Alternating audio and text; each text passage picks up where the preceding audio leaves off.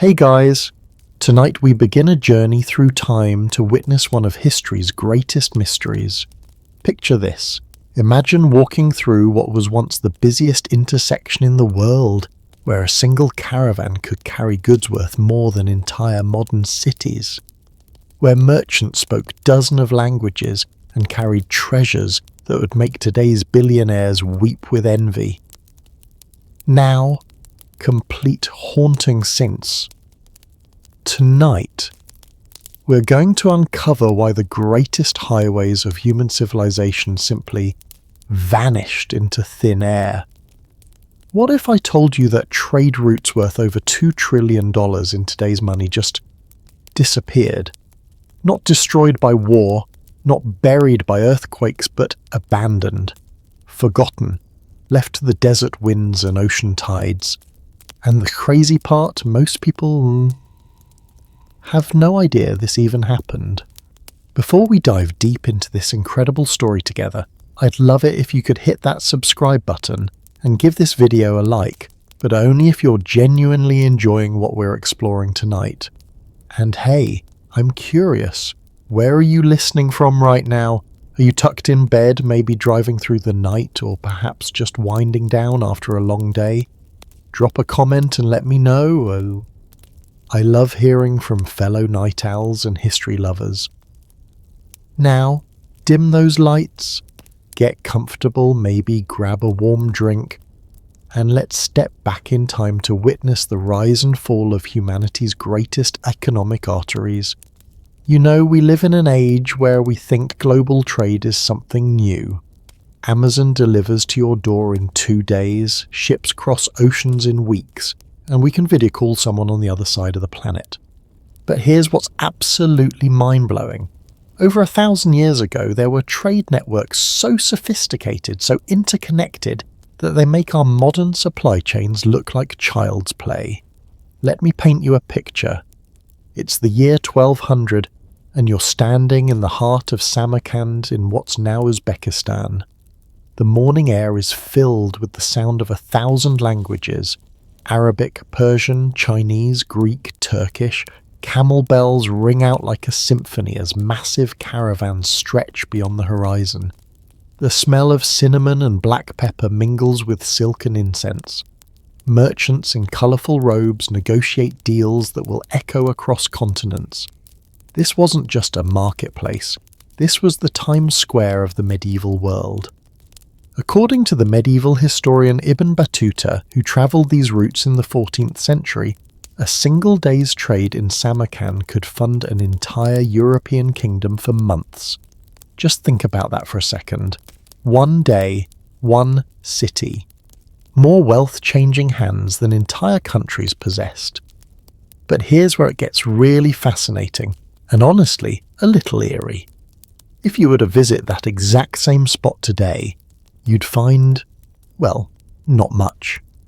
Maybe a few local shops, some tourists taking selfies, but nothing even remotely resembling the economic powerhouse that once stood there. It's like finding out that New York City was completely abandoned and nobody talks about it anymore. So what happened? How do you lose something that massive, that important? Well, as Marco Polo wrote in his famous travels, which were documented around 1298, these weren't just trade routes, they were the arteries of civilization itself. The Silk Road alone stretched over 4,000 miles from China to the Mediterranean. But it wasn't just one road, it was a network of interconnected paths, like a medieval internet made of dust and dreams. And just like our modern internet, when key connections get severed, everything starts to fall apart. The Silk Road was just one piece of an even bigger puzzle. Picture this. While caravans were crossing the deserts of Central Asia, massive ships were navigating the Indian Ocean, carrying goods from India to Arabia to East Africa. According to maritime records preserved in the archives of Geniza in Cairo, a single ship in the 12th century could carry cargo worth approximately $50 million in today's currency.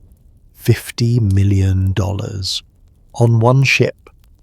Using technology that would make our ancestors laugh if they saw it. These maritime merchants had figured out the monsoon wind so perfectly that you could predict sailing conditions months in advance. They had established trading posts from Zanzibar to Malacca, creating what historian Janet Abu-Lugod called the world's first global economy in her groundbreaking work Before European Hegemony. But perhaps the most incredible network of all was snaking across the Sahara Desert in Africa. The trans-Saharan trade routes connected North Africa with the gold-rich kingdoms of West Africa. We're talking about the Empire of Mali, where Mansa Musa, quite possibly the richest human being who ever lived, once distributed so much gold in Cairo during his pilgrimage that it caused inflation for over a decade. According to the historian Al-Umari, who documented Mansa Musa's journey in the 1330s, the Malian emperor's caravan included 60,000 men and 80 camels carrying gold dust. When Mansa Musa stopped in Cairo, he gave away so much gold that the precious metals value in Egypt didn't recover for 10 years. Imagine being so wealthy that you accidentally crash an entire country's economy just by being generous. The routes that connected his kingdom to the Mediterranean carried not just gold but salt, which was literally worth its weight in gold in the interior of Africa. Merchants would trek across hundreds of miles of scorching desert, navigating by stars, surviving on minimal water, all to exchange salt for gold at markets in places like Timbuktu. Now here's what I find absolutely fascinating about all these routes. They didn't just carry goods, they carried ideas. Buddhism spread from India to China along the Silk Road. Mathematical concepts from India reached Europe via Arab merchants. The very screen you're looking at right now exists because paper-making technology travelled from China to the Islamic world and then to Europe, all along these ancient highways. But here's the thing that keeps me up at night sometimes, and maybe it will for you too. All of these incredible networks, these economic arteries that had pumped the lifeblood of civilization for over 1,000 years, they didn't just decline gradually. Many of them collapsed within the span of a few generations. The bustling cities became ghost towns. The well-worn paths became forgotten tracks. The sophisticated networks that had connected 3 continents became nothing. And the really unsettling part, it wasn't a sudden catastrophe that destroyed them. It was a combination of factors so subtle, so gradual, that the merchants and kingdoms dependent on these routes probably didn't see it coming until it was too late. Think about it this way. Imagine if the internet suddenly became obsolete, but not all at once. Imagine if slowly over maybe 50 years, people just stopped using it. First, maybe some websites would disappear. Then entire platforms would become irrelevant. Social media giants would crumble. E-commerce would shift to something completely different. And 50 years later, historians might wonder, how did the world's most important communication network just vanish? That's essentially what happened to these ancient trade routes. And the lessons hidden in their decline might be more relevant to our modern world than we realise. You see, as I've been researching this story over the past year, diving into archives and historical records from libraries across 3 continents, I keep finding parallels to our own time that are honestly pretty startling. The same forces that brought down the Silk Road, the trans-Saharan routes, and the Indian Ocean networks are still at play today. Political upheaval that disrupts international relationships? Check. Technological innovations that make old systems obsolete? Double check. Economic shifts that change how people trade and communicate? Oh, absolutely. And here's what's really going to surprise you. Some of the specific events that killed these routes are so similar to what's happening in our world today that it's almost like history is whispering warnings that we're not quite hearing. But I'm getting ahead of myself. Before we dive into the how and why these magnificent networks crumbled, we need to really understand what made them so incredibly powerful in the first place. Because these weren't just ancient versions of modern shipping routes. They were something far more magical, far more complex, and far more essential to human civilization than most people realize. In our next chapter, we're going to step into the golden age of these trade networks. We'll walk through the merchant halls of Constantinople, sail with Arab navigators across the Indian Ocean, and join a caravan crossing the Sahara under a blanket of stars. We'll meet the real people who built these economic empires, and we'll discover that their world was far more sophisticated than most of us have ever imagined. So here's something that's going to completely change how you think about the ancient world. You know how we talk about the internet connecting everyone today? Well, 1,000 years ago, there was already a World Wide Web, except instead of fibre optic cables, it was made of silk, spices, and sheer human determination. What if I told you that these weren't just random trade routes scattered across the map? They were part of an incredibly sophisticated network, so interconnected, so precisely organized, that modern economists are still trying to figure out how it all worked without computers, without phones, without any of the technology we think is essential for global trade. Let me take you on a journey through what I like to call the Golden Web, the 3 most remarkable trade networks in human history, and trust me, by the time we're done exploring these ancient highways, you're going to see your Amazon deliveries in a completely different light. First stop, the legendary Silk Road. Now, despite what Hollywood movies might have you believe, this wasn't actually a single road. According to the great Chinese historian Sima Qian, writing in the 1st century BCE, the Silk Road was more like an ancient interstate highway system with dozens of different routes, alternate paths, and connecting branches. The main artery stretched roughly 4,000 miles from Chang'an, that's modern-day Xi'an in China, all the way to Constantinople, now Istanbul. But here's what's absolutely mind-blowing. Merchants rarely travelled the entire route. Instead, it worked more like a relay race, with goods changing hands at major trading hubs along the way. Think of it this way.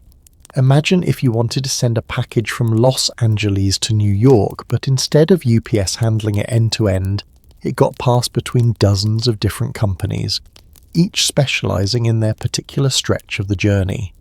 That's essentially how the Silk Road operated, and somehow it was incredibly efficient. At the heart of this system were cities that functioned as massive distribution centres. Samarkand, which we talked about earlier, was like the Chicago of the ancient world. Everything passed through there. The 14th century traveller Ibn Battuta described markets in Samarkand where merchants from China sat next to traders from Egypt, and goods from India were sold alongside treasures from Byzantium.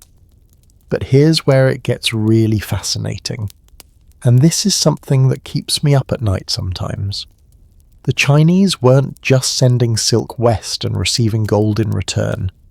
According to the detailed records kept by Tang dynasty officials between 618 and 907 CE, China was importing horses from Central Asia, glassware from Syria, precious stones from Persia, and even exotic animals like lions and ostriches for the imperial court.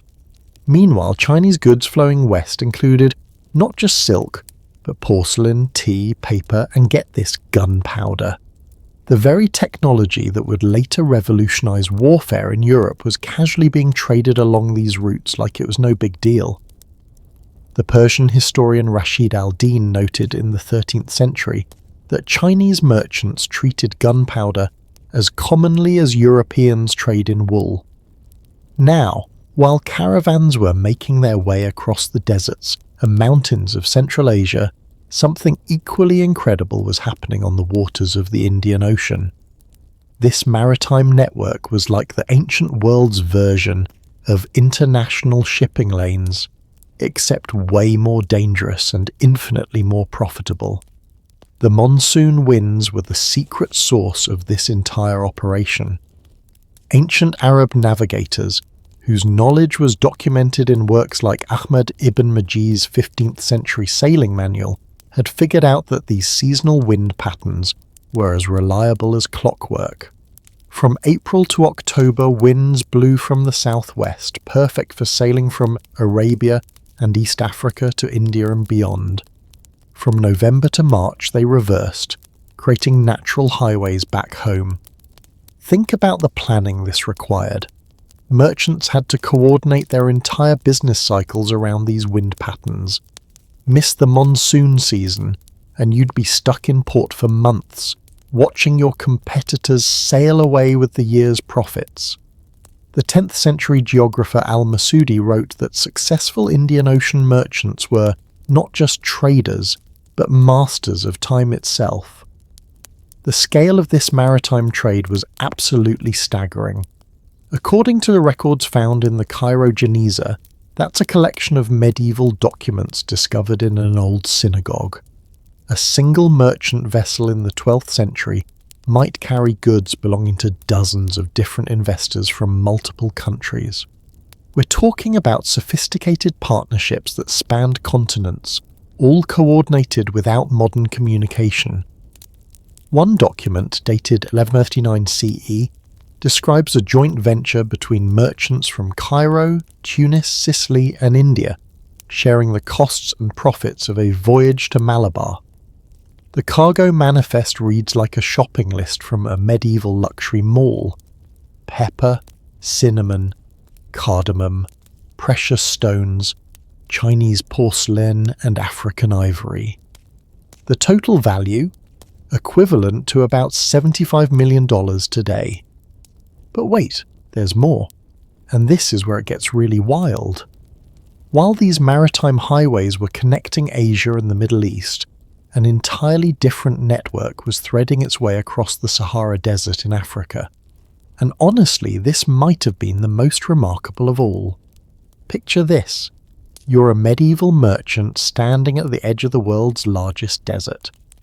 Ahead of you stretches a sea of sand that makes the Silk Road look like a casual stroll through the park. Yet somehow thousands of traders made this journey regularly, creating what historian E.W. Bovell called the Golden Highway of the Sudan. The key to the whole operation was salt. Not exactly what you'd expect to build an economic empire around, right? But in the interior of Africa, salt was as precious as gold, literally. According to the 11th century chronicler al-Bakri, there were markets in West Africa where salt and gold were traded pound for pound. The most famous of these routes connected the salt mines of Tagaza, deep in the Sahara, with the gold fields of Bambouk and Buri in what's now Mali and Senegal. Caravans of up to 20,000 camels would traverse this route, guided by Tuareg navigators who read the desert like we read street signs. The logistics were mind-boggling. According to the detailed accounts left by Al-Umari, who interviewed merchants returning from these expeditions, a typical trans-Saharan caravan required 2 years of preparation. They had to coordinate water supplies at oases hundreds of miles apart, arrange security escorts to protect against raiders, and time their departure to avoid the worst of the desert heat. And here's something that's going to sound crazy. These desert merchants had developed a credit system that spanned thousands of miles. A trader in Morocco could write what was essentially a medieval check, and it would be honoured by merchants in Timbuktu. The 14th century scholar Ibn Khaldun documented this system, noting that the faith of these desert merchants is worth more than the gold they carry. But perhaps what's most incredible about all three of these networks, the Silk Road, the Indian Ocean routes, and the Trans-Saharan highways, is how they all connected. Goods that started in China could end up in England via multiple paths. Spices from Indonesia might travel by sea to Arabia, then by caravan across the Sahara to Morocco, then by ship to Venice. The 13th century merchant handbook known as La Pratica della Mercatura describes Italian traders in Bruges selling Chinese silk that had travelled via Central Asia, pepper from India that came through the Red Sea, and African gold that crossed the Sahara. It was a truly global economy, operating at a scale that wouldn't be seen again until the modern era. Now I know what you might be thinking. This all sounds almost too good to be true, right? How could such a sophisticated system exist without modern technology? Well, here's the thing. And this is something that absolutely fascinates me. These networks had something that our modern economy sometimes lacks: incredible resilience and redundancy. If one route was blocked by a war or natural disaster, merchants simply shifted to alternatives. When the Byzantine Empire raised taxes on silk imports, traders found new paths through Central Asia. When pirates threatened the Red Sea, merchants rerouted through the Persian Gulf. The system had built-in backup plans that modern supply chains would envy. But, and here's where our story takes a darker turn, this same interconnectedness that made the system so powerful also made it incredibly vulnerable. Because when the right combination of factors came together, when multiple networks were threatened simultaneously, the entire web could unravel with shocking speed. And that brings us to one of the most dramatic turning points in economic history, a moment when the demand for a handful of small seeds and dried roots would literally reshape the world. Because while these magnificent trade networks were humming along, moving goods across continents with mathematical precision, something was brewing in the palaces and counting houses of Europe that would change everything. An obsession so powerful, a desire so intense, that it would drive men to cross oceans, topple empires, and ultimately destroy the very trade routes that had created the wealth they so desperately wanted to control. Now, imagine opening your kitchen cabinet and finding something worth more than your car. Sounds ridiculous, right? But that's exactly what you would have found in a European household 600 years ago, if you were lucky enough to afford it. Because tucked away in those small glass vials and wooden boxes wasn't just seasoning for your dinner. It was what medieval Europeans called black gold, and it would literally reshape the entire world. Have you ever wondered why we call it the spice trade and not just cooking ingredients? Well, buckle up, because the story I'm about to tell you is going to make you look at that little pepper shaker on your table in a completely different way. Here's something that's going to blow your mind. According to the accounting records of the Medici Bank preserved in the Florentine State Archives, a single pound of black pepper in 15th century Europe cost the equivalent of about $400 in today's money. $400 for 1 pound. Of something you probably have sitting in your kitchen right now, maybe gathering dust behind that bottle of oregano you bought 2 years ago and never used. But pepper was just the beginning. Cinnamon was worth its weight in silver. Nutmeg? According to the Dutch merchant Jan Huygen van Linschoten's detailed travel accounts from the 1590s, a single nutmeg could be sold in Europe for enough money to buy a sheep.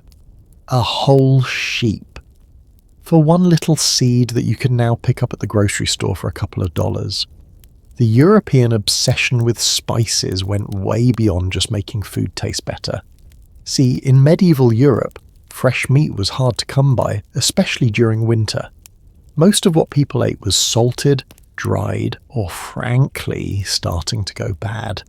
Spices didn't just add flavour, they quite literally made the difference between a meal you could stomach and one that might make you sick. But here's where it gets really interesting. The spice trade wasn't controlled by Europeans at all. It was dominated by Arab and Indian merchants who had figured out the monsoon patterns, established trading posts across the Indian Ocean, and basically had a monopoly on bringing these precious goods to European markets. The Venetian Merchant Manual, Tarifa Zoe Notitia di Pexia Mexua from 1503 describes the incredible markup on spices between their source and European markets.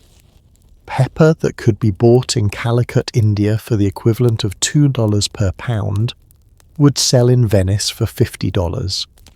And by the time it reached London or Paris, that same pound could fetch $80 or more. Think about those profit margins for a second. We're talking about 4,000% markups. It was like buying a cup of coffee for 50 cents and selling it for $20. No wonder every European merchant dreamed of cutting out the middlemen and sailing directly to the Spice Islands. The most expensive spice of all was nutmeg, which came exclusively from a tiny chain of islands in what's now Indonesia, the Banda Islands. According to the records kept by Portuguese explorer Afonso de Albuquerque, these islands, which you could walk across in less than an hour, generated more wealth per square mile than anywhere else on Earth. The Dutch historian Jan de Jonge calculated that during the peak of the spice trade in the early 1600s, the 10 small Banda Islands produced nutmeg worth approximately $1.2 billion annually in today's currency, from 10 tiny islands that you could probably see all of from a single hilltop. But here's what's absolutely wild about this whole situation, and this is where our story takes a turn that changed the course of human history.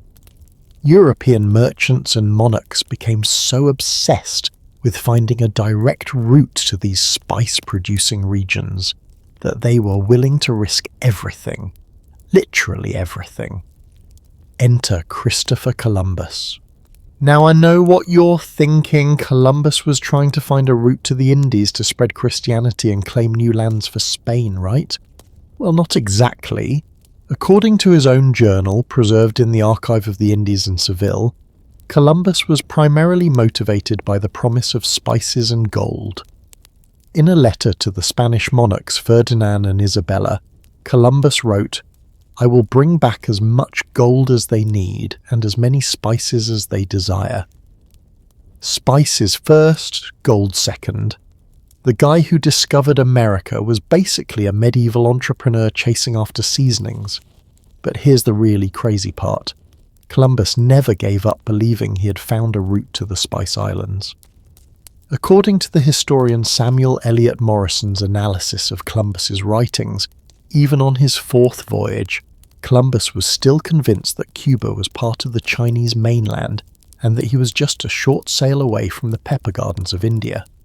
Imagine the disappointment when he realized that the black beans he found in the Caribbean weren't peppercorns, and the cinnamon he brought back to Spain was actually just aromatic bark that tasted nothing like the real thing.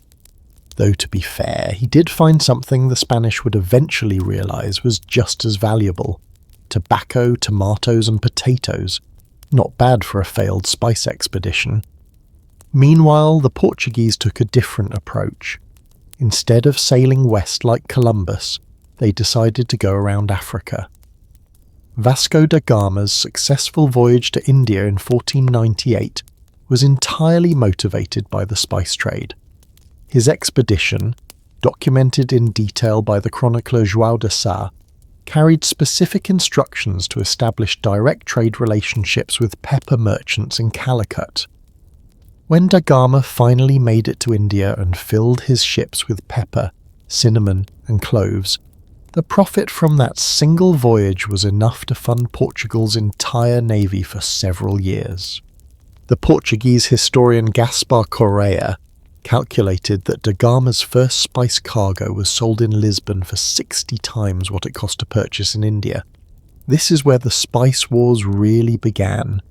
Once the Portuguese proved that European ships could sail directly to Asia and back, every major European power wanted in on the action. The Spanish, Dutch, English, and French all started launching expeditions, each trying to secure their own piece of the spice trade. The Dutch were particularly ruthless about it. According to the archives of the Dutch East India Company, the VOC, which are housed in the National Archives in The Hague, the Dutch literally conquered the Banda Islands in 1621 and enslaved or killed almost the entire local population just to control nutmeg production. They destroyed nutmeg trees on other islands to maintain their monopoly, turning spice trading into what we might recognise today as aggressive corporate takeover tactics. The English East India Company wasn't much better. Their internal correspondence, preserved in the British Library, shows detailed plans for military actions against Dutch and Portuguese trading posts, all justified by the incredible profits from pepper and other spices. But here's what I find most fascinating about this whole spice obsession.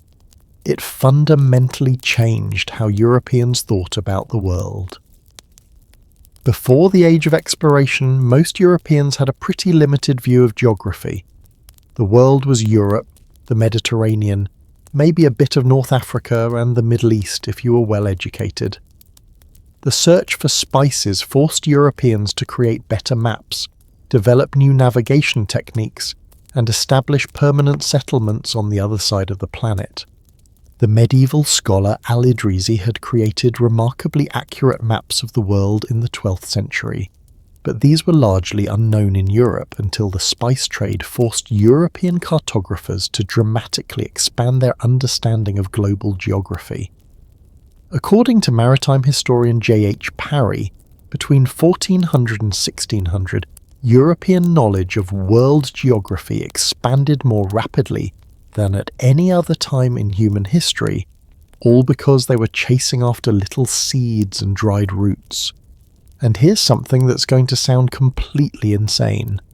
The spice trade was so profitable that it funded the entire European Renaissance. The Medici family, the great patrons of Renaissance art and culture, built their banking empire largely on profits from spice trading.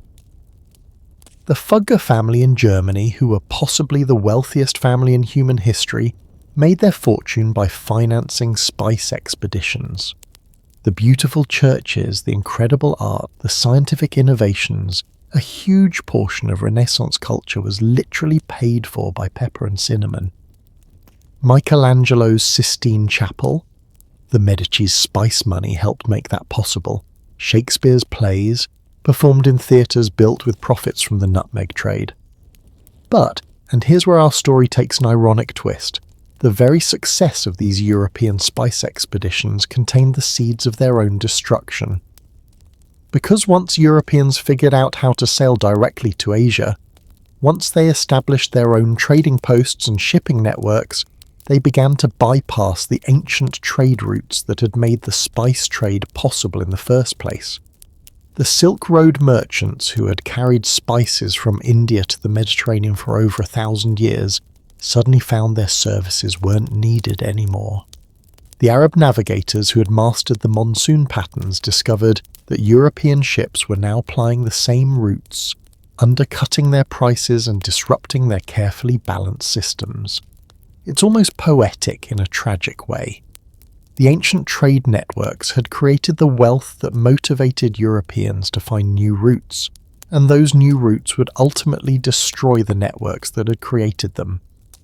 But the Europeans had an advantage that the traditional merchants couldn't match. It wasn't just better ships or navigation skills, though those helped. It was something far more revolutionary, far more disruptive than anything the world had seen before. A series of technological innovations that would transform not just how people traded, but how they fought, how they communicated, and how they understood their place in the world. These weren't just improvements to existing systems, they were game changers that made the old ways of doing business not just inefficient, but completely obsolete. You know what's absolutely mind-blowing about technological revolutions? They don't just improve existing systems, they completely obliterate them. And sometimes the very people who benefit most from the old technology are the ones who get blindsided when everything changes overnight. Here's something that's going to sound familiar if you've been following the tech world lately. Imagine you're a successful business owner who's spent decades mastering a complex system. You've invested everything in the best equipment, hired the most skilled workers, built relationships with all the right partners. Your industry has been stable for literally centuries. And then, almost without warning, some new innovation makes your entire way of doing business, well, completely pointless. Sound like any industry you can think of? Maybe taxi companies when Uber appeared, bookstores when Amazon took off?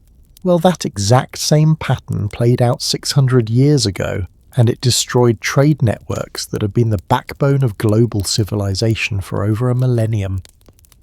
The first technology that started this domino effect was surprisingly simple, a little magnetic needle that pointed north.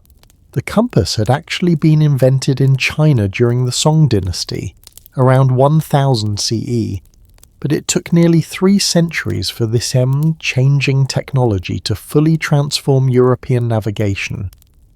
According to the detailed maritime records kept by the Venetian State Archives, before the widespread use of magnetic compasses in the 14th century, Mediterranean sailors rarely ventured far from coastlines during winter months.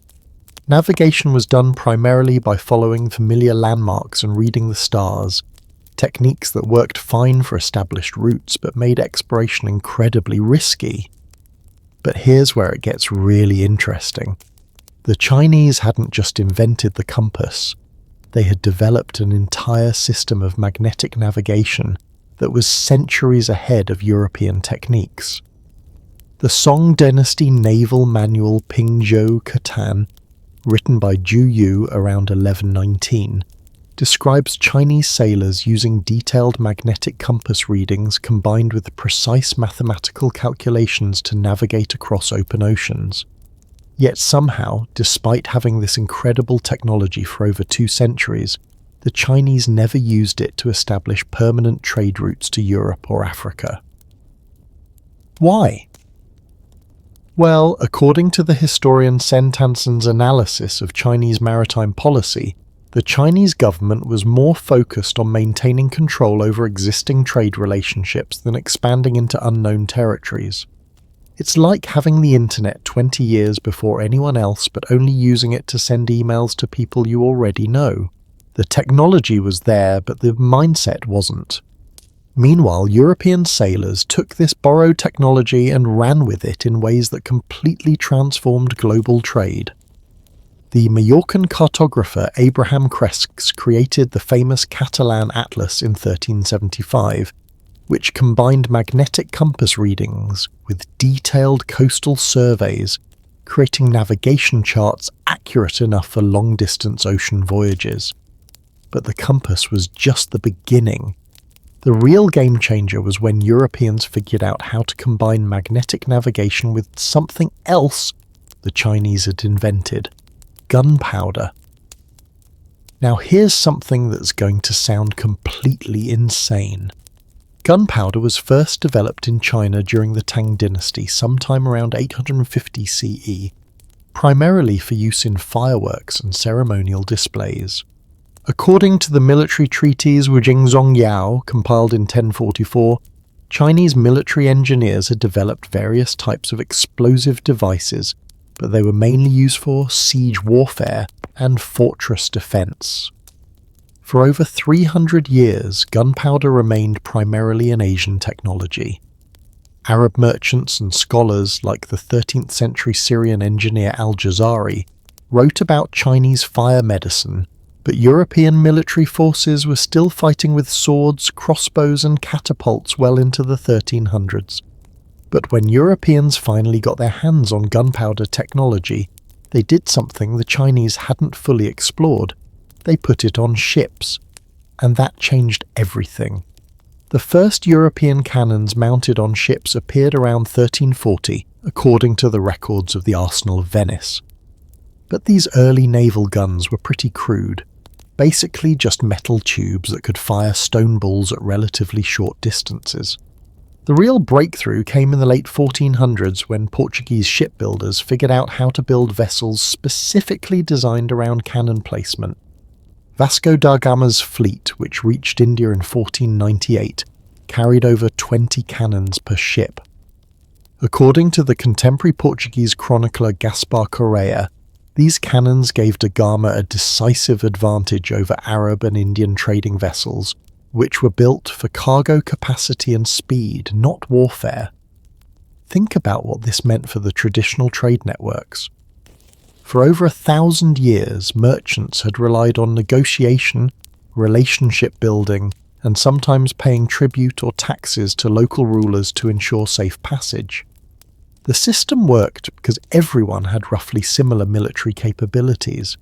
Suddenly, European ships could show up at any port and essentially dictate terms. According to the Venetian merchant Ludovico di Vathema, who travelled to India in the early 1500s, Portuguese ships would demand trading privileges not through diplomacy, but through the persuasive power of their cannons. The traditional Arab and Indian merchants found themselves in an impossible situation. Their ships, which had been perfectly designed for monsoon sailing and cargo capacity, were now sitting ducks against European naval artillery. It was like bringing a calculator to a computer convention. Your old technology still worked fine, but it was suddenly completely outclassed. But wait, it gets even more disruptive. The third technology that sealed the fate of the ancient trade routes was something that seems almost mundane compared to compasses and cannons, the printing press. Johannes Gutenberg's printing press, developed around 1440, might seem unrelated to ocean trade, but it was actually the final piece of the puzzle that allowed Europeans to dominate global navigation. For the first time in human history, detailed maps, sailing instructions, and navigation techniques could be mass-produced and distributed to anyone who could afford them. The Venetian publisher Aldus Manutius began printing portable navigation manuals in the 1490s, according to the records of the Marciana Library in Venice.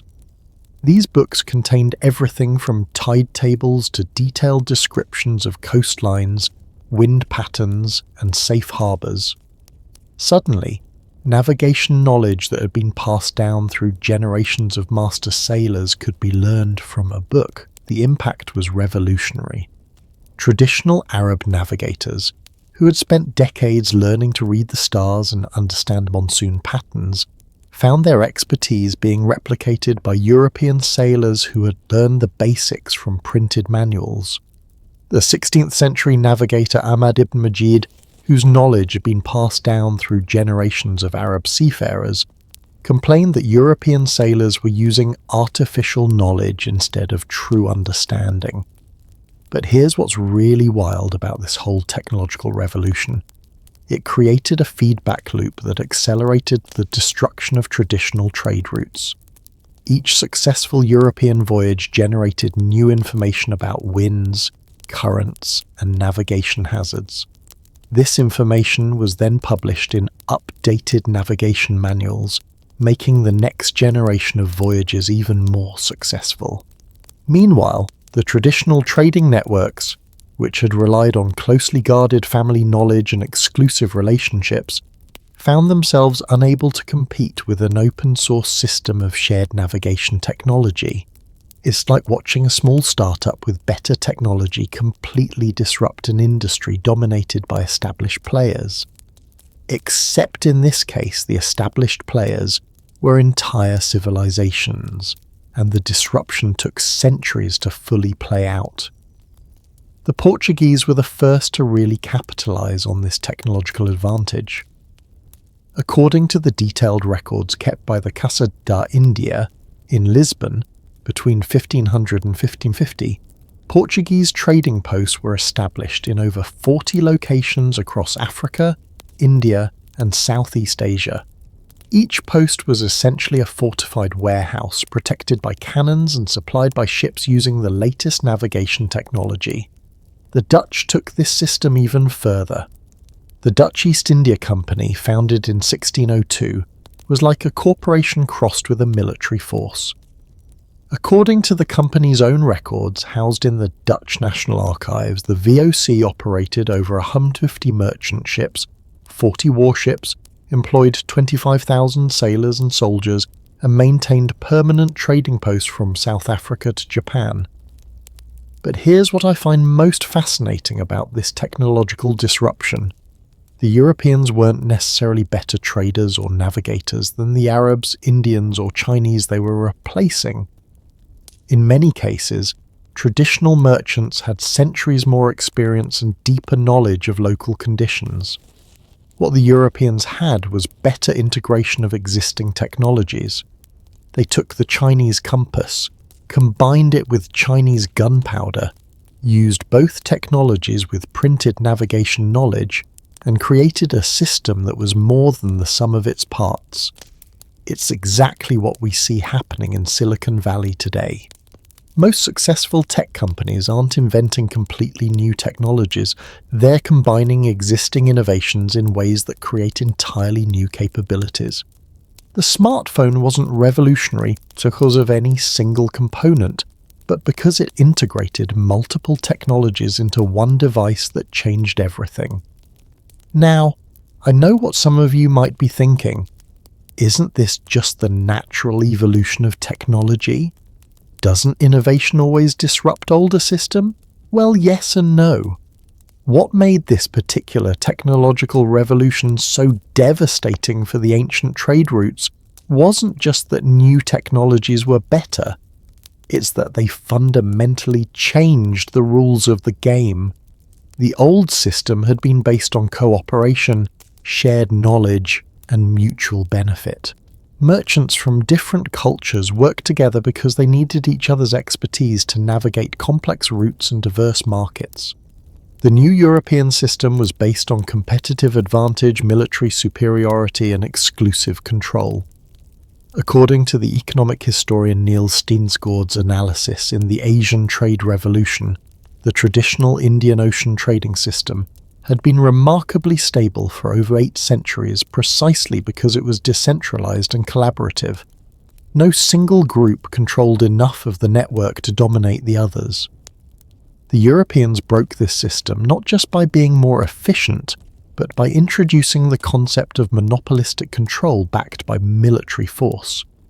It was like someone showing up to a friendly neighborhood poker game with a machine gun. They didn't just have better cards, they had changed the entire nature of the game. And here's the really tragic part. Once this technological disruption started, it was almost impossible to stop.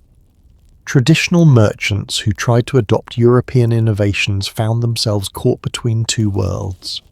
They couldn't compete with European military technology, but adopting European methods meant abandoning the cooperative relationships that had made the old system work.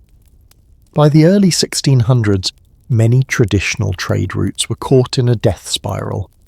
European ships controlled the most profitable routes, traditional merchants were being pushed out of established markets, and the ancient cities that had served as trade hubs for centuries were starting to lose their economic importance. But technology alone doesn't destroy civilizations.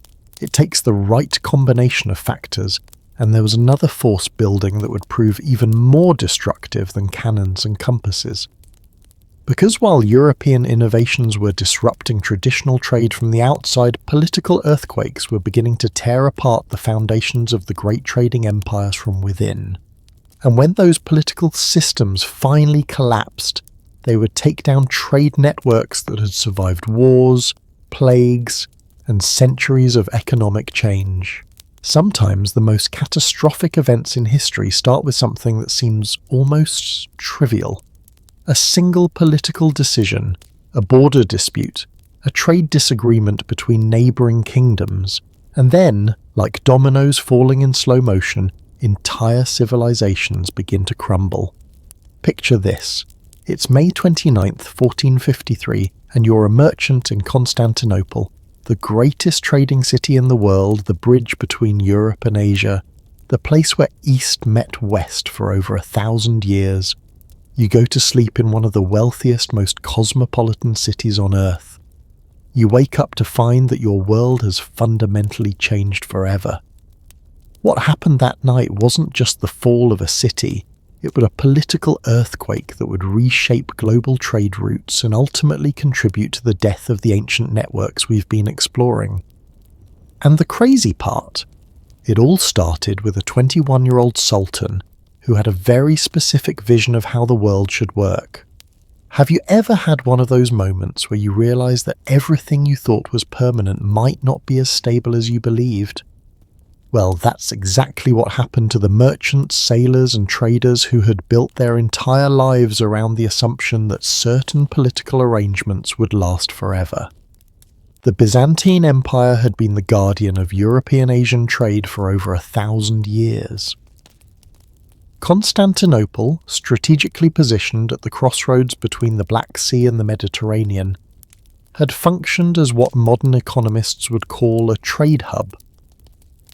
According to the detailed customs records preserved in the archives of the Patriarchate of Constantinople, the city collected taxes on goods travelling between Europe, Asia, and Africa, generating revenue equivalent to approximately $800 million annually in today's currency. But here's what's fascinating and honestly pretty terrifying when you think about it. The entire system was incredibly fragile. The Byzantine Empire in 1453 was basically a shell of its former self. According to the historian Stephen Runciman's analysis in The Fall of Constantinople, by the mid-15th century, the empire controlled little more than the city itself and a few surrounding territories. Think about it this way. Imagine if New York City was an independent nation surrounded by a hostile country trying to maintain its role as a global financial center. That's essentially what Constantinople had become, a great trading city without the military or economic power to protect itself. Enter Mehmed II, the 21-year-old Ottoman Sultan who would later be known as the Conqueror.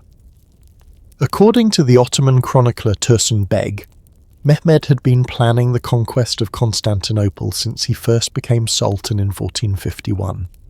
But this wasn't just about military conquest. Mehmed understood that controlling Constantinople meant controlling one of the most important economic choke points in the world. The siege itself was a masterpiece of military engineering and political strategy. Mehmed's forces used massive cannons, some weighing over 17 tons, designed by a Hungarian engineer named Orban. According to the eyewitness account of Niccolò Barbaro, a Venetian doctor who was in the city during the siege, these cannons could fire stone balls weighing up to 600 pounds over distances of more than a mile. But here's what made the fall of Constantinople such a game-changer for global trade. It wasn't just that the Ottomans conquered the city, it's what they did with it afterward. The Ottomans implemented what modern economists would recognize as a protectionist trade policy. According to the detailed analysis by historian Halil Inalcik in the Ottoman Empire, the Classical Age, the new rulers dramatically increased tariffs on goods passing through Constantinople, particularly those destined for European markets. Where Byzantine customs officials had charged relatively modest fees, typically around 2-3% of cargo value, the Ottomans implemented taxes that could reach 20% or higher for certain luxury goods. The Venetian merchant Giovanni da Pian del Carpinin reported that spice shipments that had previously paid 50 gold ducats in customs fees were suddenly facing charges of 300 ducats or more. Now you might think, okay, so trade got more expensive. Merchants would just absorb the extra costs and pass them on to consumers, right? Well, not exactly, because the Ottoman control of Constantinople created something economists call a supply chain bottleneck. Imagine if one company suddenly controlled the Panama Canal and decided to charge 10 times the previous fee for ships to pass through. Sure, some shipping companies might pay the extra cost, but many others would start looking for alternative routes, even if those alternatives were longer and more difficult. That's exactly what happened after 1453. European merchants who had relied on the Constantinople route for centuries suddenly found themselves facing a choice: pay the dramatically increased Ottoman tariffs, or find new ways to reach Asian markets. But the Ottoman expansion didn't stop with Constantinople. According to the military records preserved in the Topkapi Palace archives, between 1453 and 1520, Ottoman forces systematically conquered key trading posts throughout the eastern Mediterranean, the Black Sea, and eventually parts of the Indian Ocean trade network. The Ottomans took control of Alexandria in Egypt in 1517, which had been one of the most important spice distribution centres in the world. They conquered Baghdad in 1534, disrupting overland trade routes that had connected Persia with the Mediterranean for centuries. Each conquest gave the Ottoman Empire more control over the traditional trade networks that had flourished under the more decentralized political systems of previous centuries. Here's something that's going to sound very familiar to anyone who follows modern geopolitics. The Ottomans didn't just raise taxes on trade, they started implementing what we might recognize today as economic sanctions against European powers they considered hostile. According to the diplomatic correspondence preserved in the Venetian state archives by the 1480s, the Ottomans were selectively blocking certain European merchants from accessing traditional trade routes while giving preferential treatment to traders from allied nations. French merchants, for example, received much better terms than Venetian or Genoese traders, reflecting the political alliance between France and the Ottoman Empire. This politicization of trade routes was something completely new in the medieval world. The traditional system had been largely apolitical. As long as you could pay the customs fees and follow local regulations, your goods could travel along established routes regardless of your nationality or your ruler's diplomatic relationships. The Ottoman system introduced the concept that trade access could be used as a political weapon. Sound familiar? It's the same principle behind modern trade wars, sanctions regimes, and economic blocs.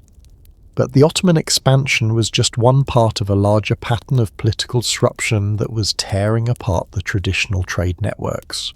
At the same time that the Ottomans were consolidating control over eastern Mediterranean routes, another series of political upheavals was disrupting trade across Europe and into Asia. The Crusades, which had been going on intermittently since 1095, had created a state of almost constant warfare along many of the traditional overland trade routes. Now, I know what you're thinking. The Crusades were supposedly about religion, not trade. But according to the economic historian Robert Lopez's analysis in The Commercial Revolution of the Middle Ages, the Crusades had massive economic motivations and consequences. European nobles who participated in the Crusades needed to finance their expeditions, which created demand for luxury goods that could be easily transported and sold. At the same time, the constant warfare made traditional trade routes dangerous and unpredictable. The Fourth Crusade in 1204 was particularly devastating for traditional trade networks. Instead of fighting in the Holy Land, the Crusaders ended up sacking Constantinople, the same city that would later fall to the Ottomans. According to the chronicler Geoffroy de Villehardouin, the Crusaders looted so much wealth from Constantinople that it took over 200 ships to carry all the stolen goods back to Europe. Think about the long-term consequences of that for a second. The city that had been the stable centre of European-Asian trade for centuries was suddenly destabilised, its wealth scattered, its political institutions disrupted. It took Constantinople over 2 centuries to recover from the damage caused by its supposed Christian allies. Meanwhile, the establishment of Crusader states in the eastern Mediterranean created a patchwork of competing political authorities, each trying to control and tax trade passing through their territories. The Kingdom of Jerusalem, the County of Edessa, the Principality of Antioch. According to the detailed analysis by historian Thomas Madden, these Crusader states were essentially medieval protection rackets, extracting wealth from trade while contributing little to the infrastructure or security that made long-distance commerce possible. But here's what's really wild about this whole period, and this is something that keeps me up at night sometimes. The political disruptions we're talking about didn't happen all at once. They unfolded over centuries, which meant that merchants and trading communities had time to adapt, to to find workarounds, to develop alternative routes. What made these political changes so devastating wasn't their speed, but their cumulative effect. Each disruption made the traditional trade networks a little less efficient, a little more expensive, a little more risky. And eventually the system reached a tipping point where it was no longer competitive with the new European maritime routes. According to the trade records analysed by historian Ashin Dasgupta, between 1400 and 1600, the volume of goods travelling along traditional overland routes between Asia and Europe declined by over 80%. That's not just a recession, that's the collapse of an entire economic system. The political fragmentation of the traditional trade routes also created opportunities for piracy and banditry on an unprecedented scale. The Barbary corsairs, operating out of North African ports, systematically attacked European merchant ships in the Mediterranean. According to the records kept by the Knights of Malta between 1530 and 1580, corsairs captured over 6,000 European vessels and enslaved approximately 30,000 Europeans. At the same time, overland routes through Central Asia were being disrupted by the rise of new nomadic confederations and the decline of the stable political authorities that had previously guaranteed safe passage for merchant caravans. The Timurid Empire, which had provided security for Silk Road traders for over a century, fragmented into competing successor states in the late 1400s. According to the Persian historian Mirkond, writing in the early 1500s, what had once been a unified system of protection and taxation became a chaotic patchwork of local warlords, each demanding tribute from passing merchants. It's like watching the interstate highway system gradually break down, not through some dramatic catastrophe, but through a slow accumulation of tolls, roadblocks, and unsafe conditions that eventually make people choose alternative routes, even if those alternatives are longer and more difficult. By the early 1500s, many of the great trading cities that had anchored the traditional trade networks for centuries were shadows of their former selves. Samarkand, which had once been the New York of the medieval world, became a regional centre with limited international connections. Timbuktu, which had been the intellectual and commercial heart of West Africa, found its trans-Saharan connections disrupted by the political instability and new European coastal trading posts. The political earthquake that began with the fall of Constantinople sent shockwaves through trading networks that had been stable for over a millennium. But political disruption was just one of the forces that would ultimately destroy these ancient highways of commerce. Because while empires were rising and falling, while political boundaries were being redrawn, while trade routes were being blocked and taxed into obsolescence, something even more devastating was spreading silently along those same networks. An invisible enemy that would kill not just individual merchants, but entire economic systems. A force so destructive that it would make the political upheavals we've been discussing look almost insignificant by comparison. There's something absolutely chilling about invisible enemies. You can't negotiate with them, you can't fight them with armies, and you definitely can't build walls high enough to keep them out. And throughout history, nothing has been more effective at destroying civilizations than the microscopic killers that travelled along the very same routes that once brought prosperity and connection. What I'm about to tell you is going to fundamentally change how you think about the relationship between global trade and human survival. Because while politicians were redrawing borders and merchants were adapting to new technologies, there was another force at work. One so devastating that it didn't just kill people, it murdered entire economic systems. Have you ever wondered what would happen if a third of everyone you knew just disappeared? Not moved away, not changed careers, just gone? Well, that's exactly what happened to medieval Europe, and the consequences went far beyond the immediate human tragedy. It started innocuously enough, as these things often do. In October 1347, 12 ships arrived in the port of Messina, Sicily, returning from the Black Sea trading posts. According to the Chronicle of Michel de Piazza, a Franciscan friar who witnessed the event, when the ships docked, most of the sailors were already dead, and those still alive were sickly beyond measure. Within days, what would become known as the Black Death had begun its systematic destruction of European civilization. But here's what's absolutely mind-blowing about this pandemic. It didn't spread randomly. It followed the trade routes we've been discussing with mathematical precision. The disease moved from trading port to trading port, from market town to market town, from caravan stop to caravan stop. According to the detailed analysis by historian William McNeill in Plagues and Peoples, the Black Death essentially used the medieval world's most sophisticated transportation network as its own personal highway system. Think about the irony for a moment. The same networks that had connected cultures, spread ideas, and generated unprecedented wealth became the instruments of Europe's near destruction. It's like discovering that the internet, which connected the world, was simultaneously destroying it. The numbers are absolutely staggering.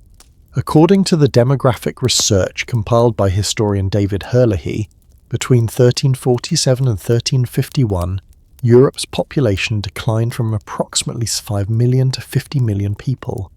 That's a 33% population loss in just 4 years.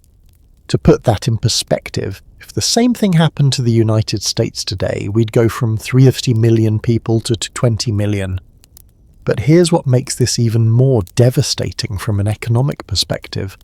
The plague didn't kill randomly. According to the mortality records preserved in various European municipal archives, the disease hit urban areas particularly hard.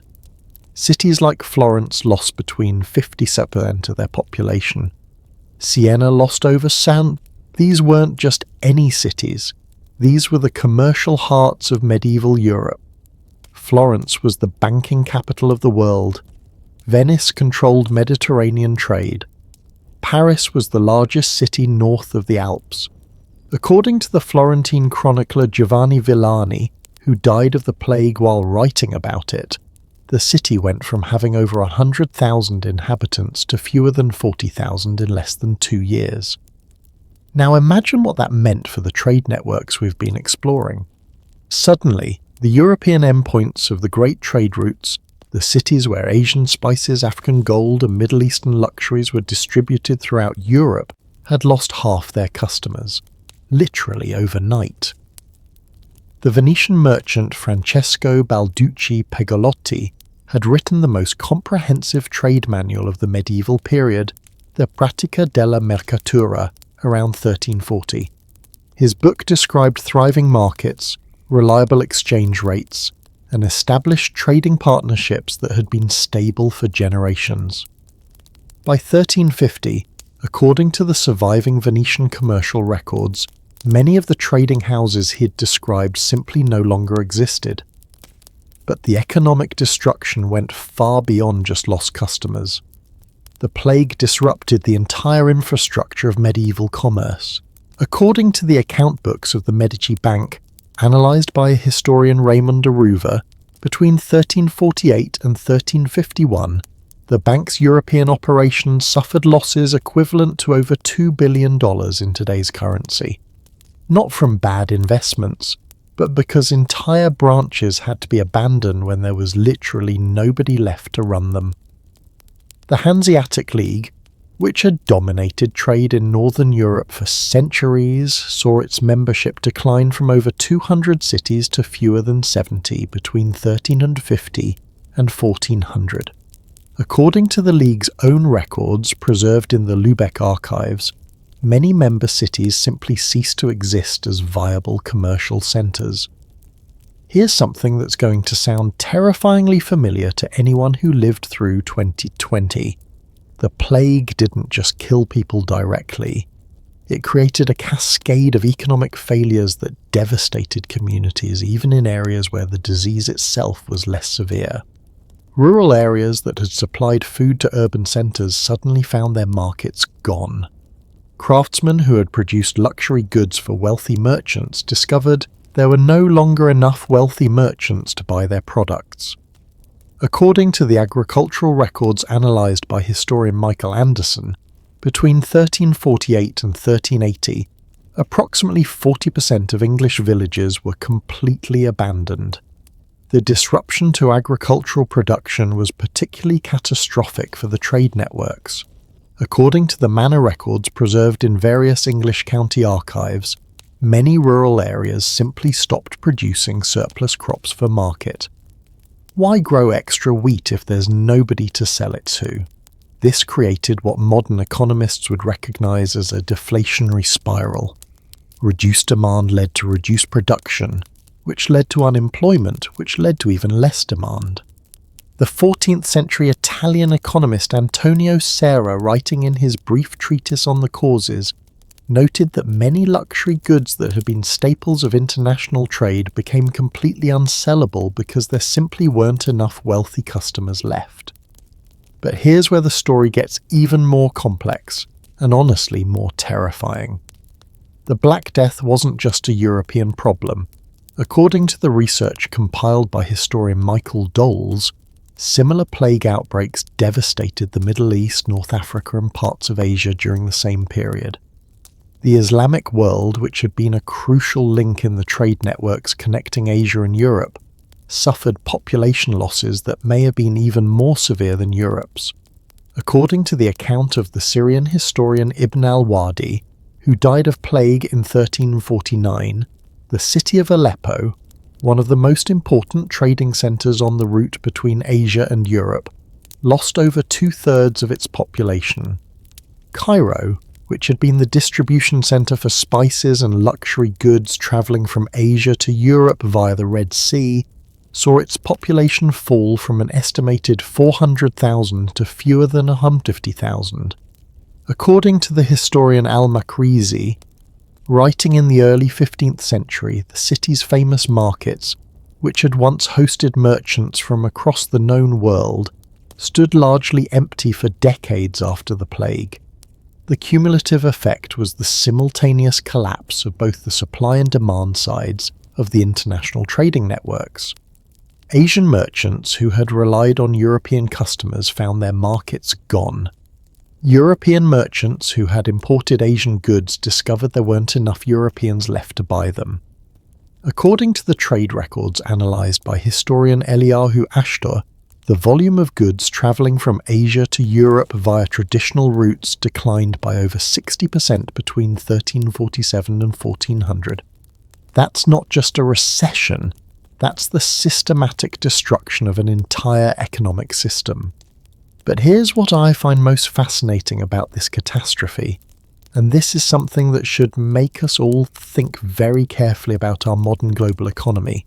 The plague revealed just how interdependent these medieval trade networks had become. When the European terminus of the spice trade collapsed, it didn't just affect European merchants.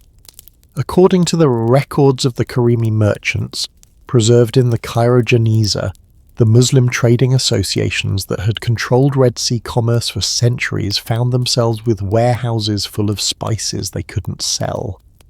Chinese porcelain manufacturers, according to the analysis of archaeological evidence by historian Robert Finlay, dramatically reduced production in the late 14th century because European demand had essentially disappeared. The economic shockwaves travelled back along the trade routes just as effectively as the disease had travelled forward. Does any of this sound familiar?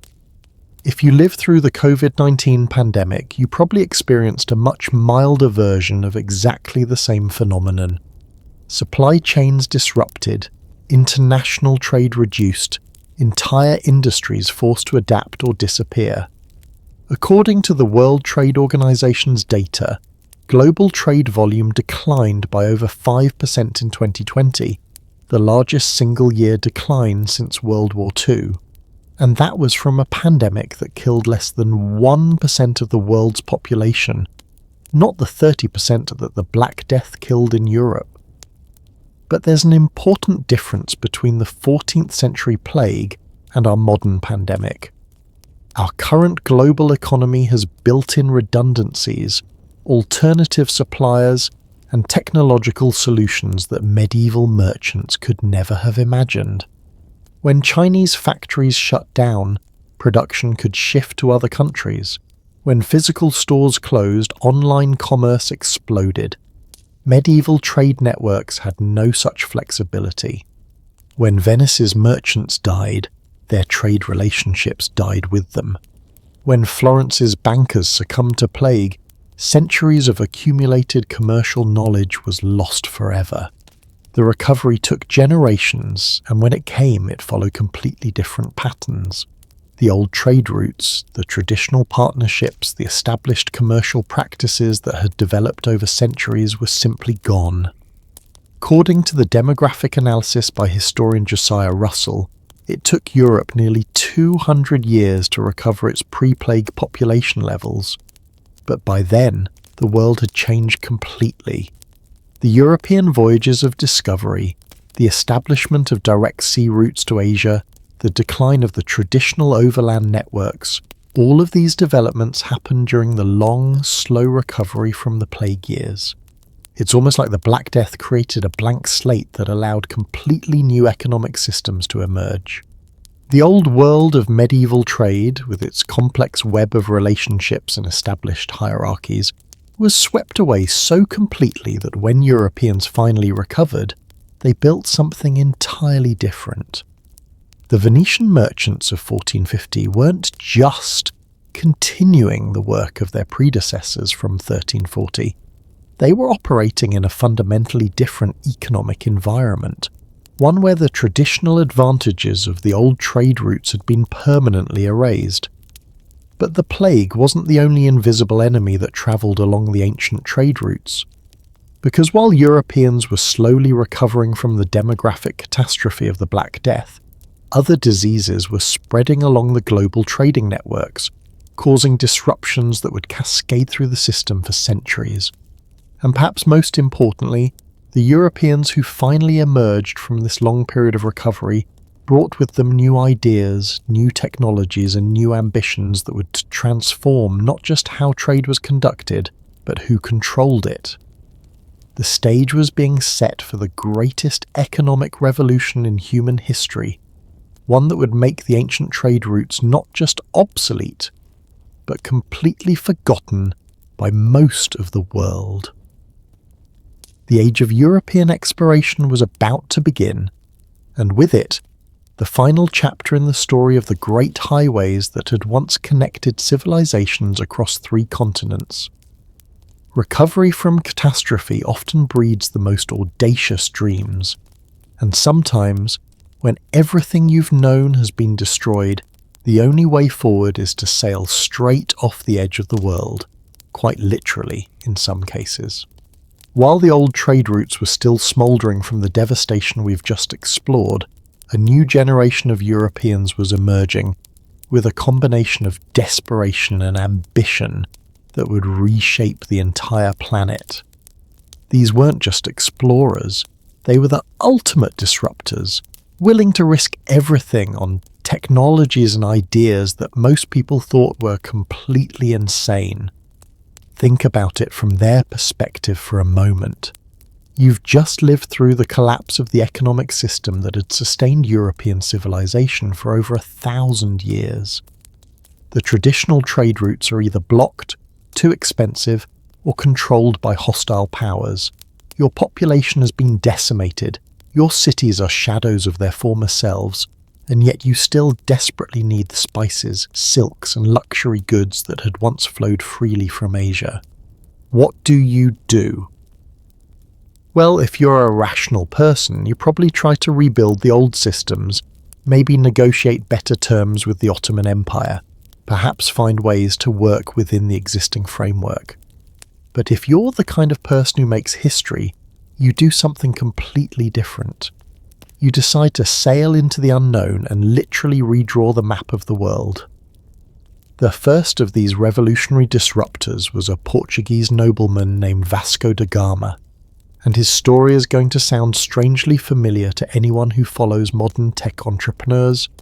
Here was a guy who looked at an established industry, Asian trade, and thought, you know what? There has to be a better way to do this. According to the detailed journals kept by his crew member Álvaro Velho, da Gama's expedition of 1497 to 1499 was essentially a start-up venture backed by the Portuguese crown. The goal was simple in concept, but revolutionary in execution. Instead of going through the traditional intermediaries, they would sail directly to the source. The numbers behind da Gama's first voyage are absolutely staggering when you think about the risks involved. According to the financial records preserved in the Portuguese National Archive, the expedition cost approximately 2.8 million olids in today's currency, a massive investment for a country that had been economically devastated by plague and political upheaval. But here's what's incredible about this investment. It was based on almost no reliable information about whether the plan would actually work. European maps of the time, like the famous 1459 Fra Mauro map, showed the Indian Ocean as essentially a large lake with no connection to the Atlantic. Many educated Europeans believed it was physically impossible to sail around Africa. Da Gama was literally sailing into the unknown, guided by a combination of Portuguese coastal exploration, rumours from Arab traders, and what can only be described as educated guesswork. It's like launching a space mission based on telescope observations and mathematical calculations, with no guarantee that your rockets won't just explode on the launch bear. The voyage itself reads like something out of a survival thriller. According to Velho's account, the 4 ships left Lisbon on July 8, 1497, with 70 men. They wouldn't see friendly territory again for over 10 months. Think about that for a second. 10 months, sailing through completely unknown waters, with no way to communicate with home, no possibility of rescue if something went wrong. When they finally reached Calicut, India in May 1498, they had done something that literally changed the economics of global trade forever. According to the contemporary account by the Arab chronicler Ibn Battuta al-Makki, the arrival of Portuguese ships in Indian ports was initially treated as a curiosity, until local merchants realized these Europeans could offer a direct route to European markets that bypassed all the traditional intermediaries. The profit margins were extraordinary. According to the detailed cargo manifest preserved in the Casa da India archives in Lisbon, da Gama's ships returned with spices that were sold in Europe for over 30 times what they had cost in India. The total profit from that single voyage was equivalent to approximately $80 million today. But here's what's really wild about da Gama's success. It proved that a completely new business model was not just possible, but dramatically more profitable than the old system. Instead of goods changing hands multiple times as they travelled overland through Central Asia and the Middle East, with each intermediary taking a cut, European merchants could now buy directly from Asian producers and sell directly to European consumers. It was like discovering you could buy electronics directly from the factory in China and sell them in American markets without going through layers of distributors, wholesalers and retailers. The cost savings were so enormous that they fundamentally changed the economics of international trade. Meanwhile, on the other side of the world, another disruptor was making an even more spectacular mistake, one that would accidentally create an entirely new economic system. Christopher Columbus represents one of history's most successful failures. According to his own correspondence with the Spanish monarchs, preserved in the Archive of the Indies in Seville, Columbus was absolutely convinced he could reach Asia by sailing west across the Atlantic.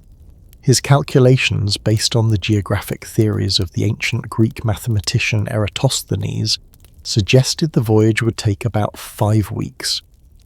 Now, here's something that's both hilarious and terrifying. Columbus was completely wrong about almost everything. According to the analysis by modern geographers, his estimate of the Earth's circumference was off by about 25%. He thought Asia extended much further east than it actually does. He had no idea there were 2 entire continents between Europe and Asia. If the Americas hadn't existed, Columbus and his crew would have died of starvation somewhere in the middle of the Pacific Ocean, thousands of miles from land. He succeeded only because he accidentally bumped into a couple of continents that weren't supposed to be there. But here's what makes Columbus such a perfect example of disruptive innovation. Sometimes the most successful entrepreneurs are the ones who are wrong about everything except the one thing that matters most. Columbus was wrong about geography, wrong about distances, wrong about what he would find, but he was absolutely right that there had to be a better way to reach Asian markets than the traditional routes. According to the journal entries from his first voyage, when Columbus landed in the Caribbean on October 12, 1492, he was still convinced he had reached the Indies. He spent weeks sailing around the Caribbean islands, looking for the great trading cities of Asia that Marco Polo had described centuries earlier. The really amazing part is that Columbus never gave up this delusion.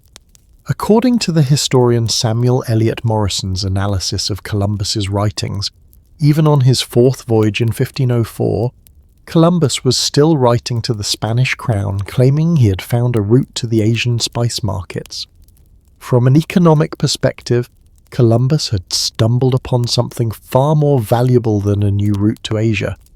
He had discovered entirely new markets, new resources, and new opportunities that would eventually make the Asian trade look like small change.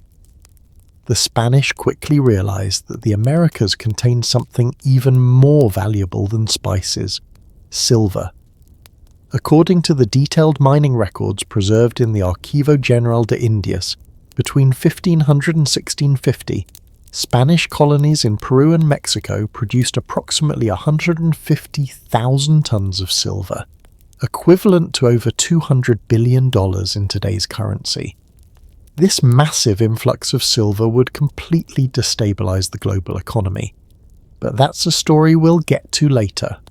The point is that Columbus's failed attempt to find a new route to Asia accidentally created an economic opportunity that dwarfed the traditional trade networks he'd been trying to bypass. The third great disruptor of this era was Ferdinand Magellan, who attempted something so audacious that most people thought he was either brilliant or completely insane, possibly both.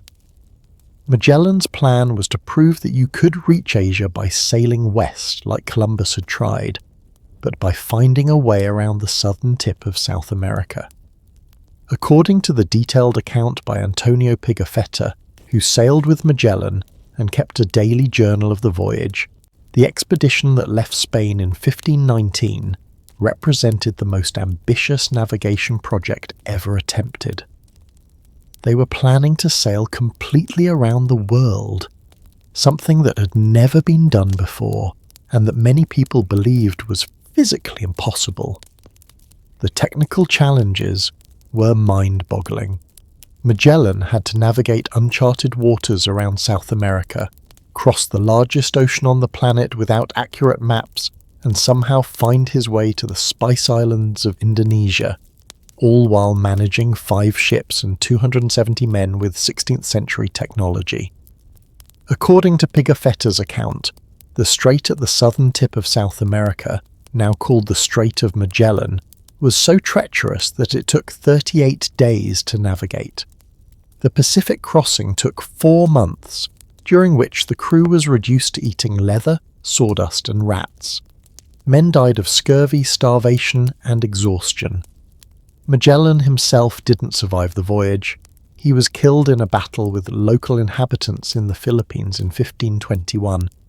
But the expedition he started proved something that changed humanity's understanding of the world forever. The planet was much larger than anyone had imagined, and it was possible for human beings to travel completely around it.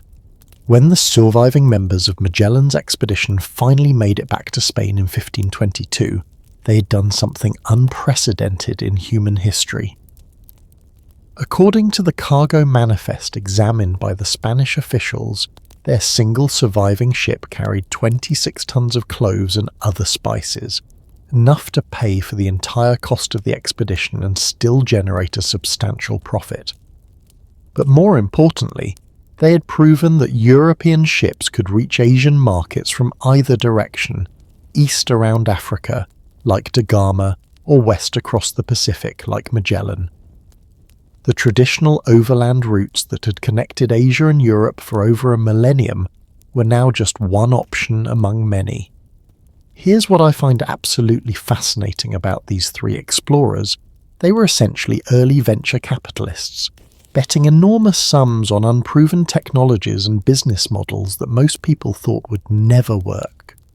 And like many successful startups, their success came not from perfect planning, but from a combination of good preparation, incredible persistence, and pure dumb luck. Da Gama succeeded because he had better ships and navigation technology than previous explorers, but also because he happened to catch favourable weather patterns and avoided the storms that had destroyed earlier expeditions. Columbus succeeded because he made a calculation error that accidentally led him to discover continents no European knew existed. Magellan's expedition succeeded because the survivors had incredible determination and happened to find friendly local guides at crucial moments. But here's the thing that makes these voyages so revolutionary. They didn't just find new routes to existing markets, they created entirely new economic systems that made the old trade networks not just unnecessary, but completely obsolete. According to the trade volume analysis compiled by historian Niels Stensgaard, by 1600, over 80% of Asian goods reaching European markets were travelling via the new sea routes established by Portuguese and Spanish explorers. The ancient Silk Road, the Trans-Saharan gold routes, the sophisticated Indian Ocean networks that we explored earlier, they were all becoming historical curiosities. The speed of this transformation was unprecedented. In 1450, virtually all trade between Europe and Asia travelled along routes that had been established for centuries. By 1550, just 100 years later, most of that trade was flowing along sea routes that hadn't existed when Columbus was born. It's like watching the entire global communication system shift from landline telephones to smartphones in the span of a single generation. Except in this case, the smartphones were wooden sailing ships, and the transformation took a century instead of a decade. But here's what's really going to blow your mind about this age of exploration. These weren't isolated achievements by the individual heroes. They were part of a systematic technological and economic revolution that was reshaping not just how Europeans traded, but how they thought about the world itself. The same period that produced da Gama, Columbus and Magellan also saw revolutionary advances in shipbuilding, navigation, cartography and maritime finance. European banks developed new methods for financing long-distance voyages.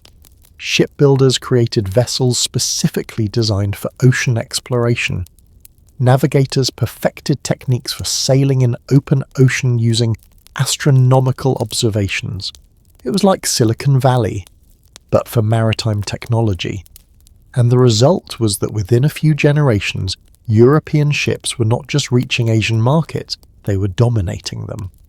Now, you might be wondering, how did a few European explorers manage to disrupt trade networks that had been controlled by Arab, Indian and Chinese merchants for centuries? After all, these traditional traders had superior knowledge of local conditions, established relationships with suppliers, and sophisticated financial systems. The answer lies in something we touched on earlier, but haven't fully explored.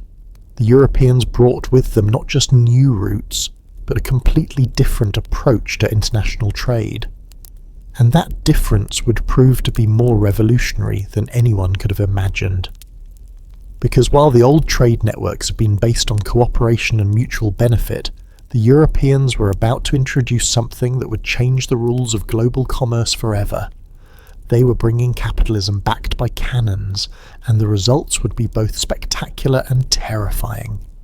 The age of economic imperialism was about to begin, and with it the final destruction of the ancient highways that had once connected the world. Here's something that's going to completely change how you think about economic crashes. Sometimes the most devastating financial disasters aren't caused by losing money, but by finding too much of it. And what I'm about to tell you is the story of how a handful of Spanish conquistadors accidentally triggered the world's first global inflation crisis, destroying economic systems that had been stable for centuries. Imagine waking up one day to discover that someone had just dumped trillions of dollars into the global economy overnight. Not gradually, not through careful monetary policy, but all at once, like opening a fire hose of cash and pointing it at the world's financial system. The result would be economic chaos on a scale that would make the 2008 financial crisis look like a minor hiccup. Well, that's essentially what happened in the 16th century, and it all started with two Spanish conquistadors who stumbled upon the largest silver deposits in human history. Their names were Francisco Pizarro and Hernán Cortés, and while they thought they were just getting rich, they were actually about to destabilize the entire global economy. Let me ask you this. Have you ever wondered what would happen if you suddenly increased the world's money supply by 500%? Not over decades, but over the span of maybe 50 years? Because that's exactly what happened between 1500 and 1650s, and the consequences were absolutely catastrophic for the ancient trade networks we've been exploring. Here's where this story gets really wild.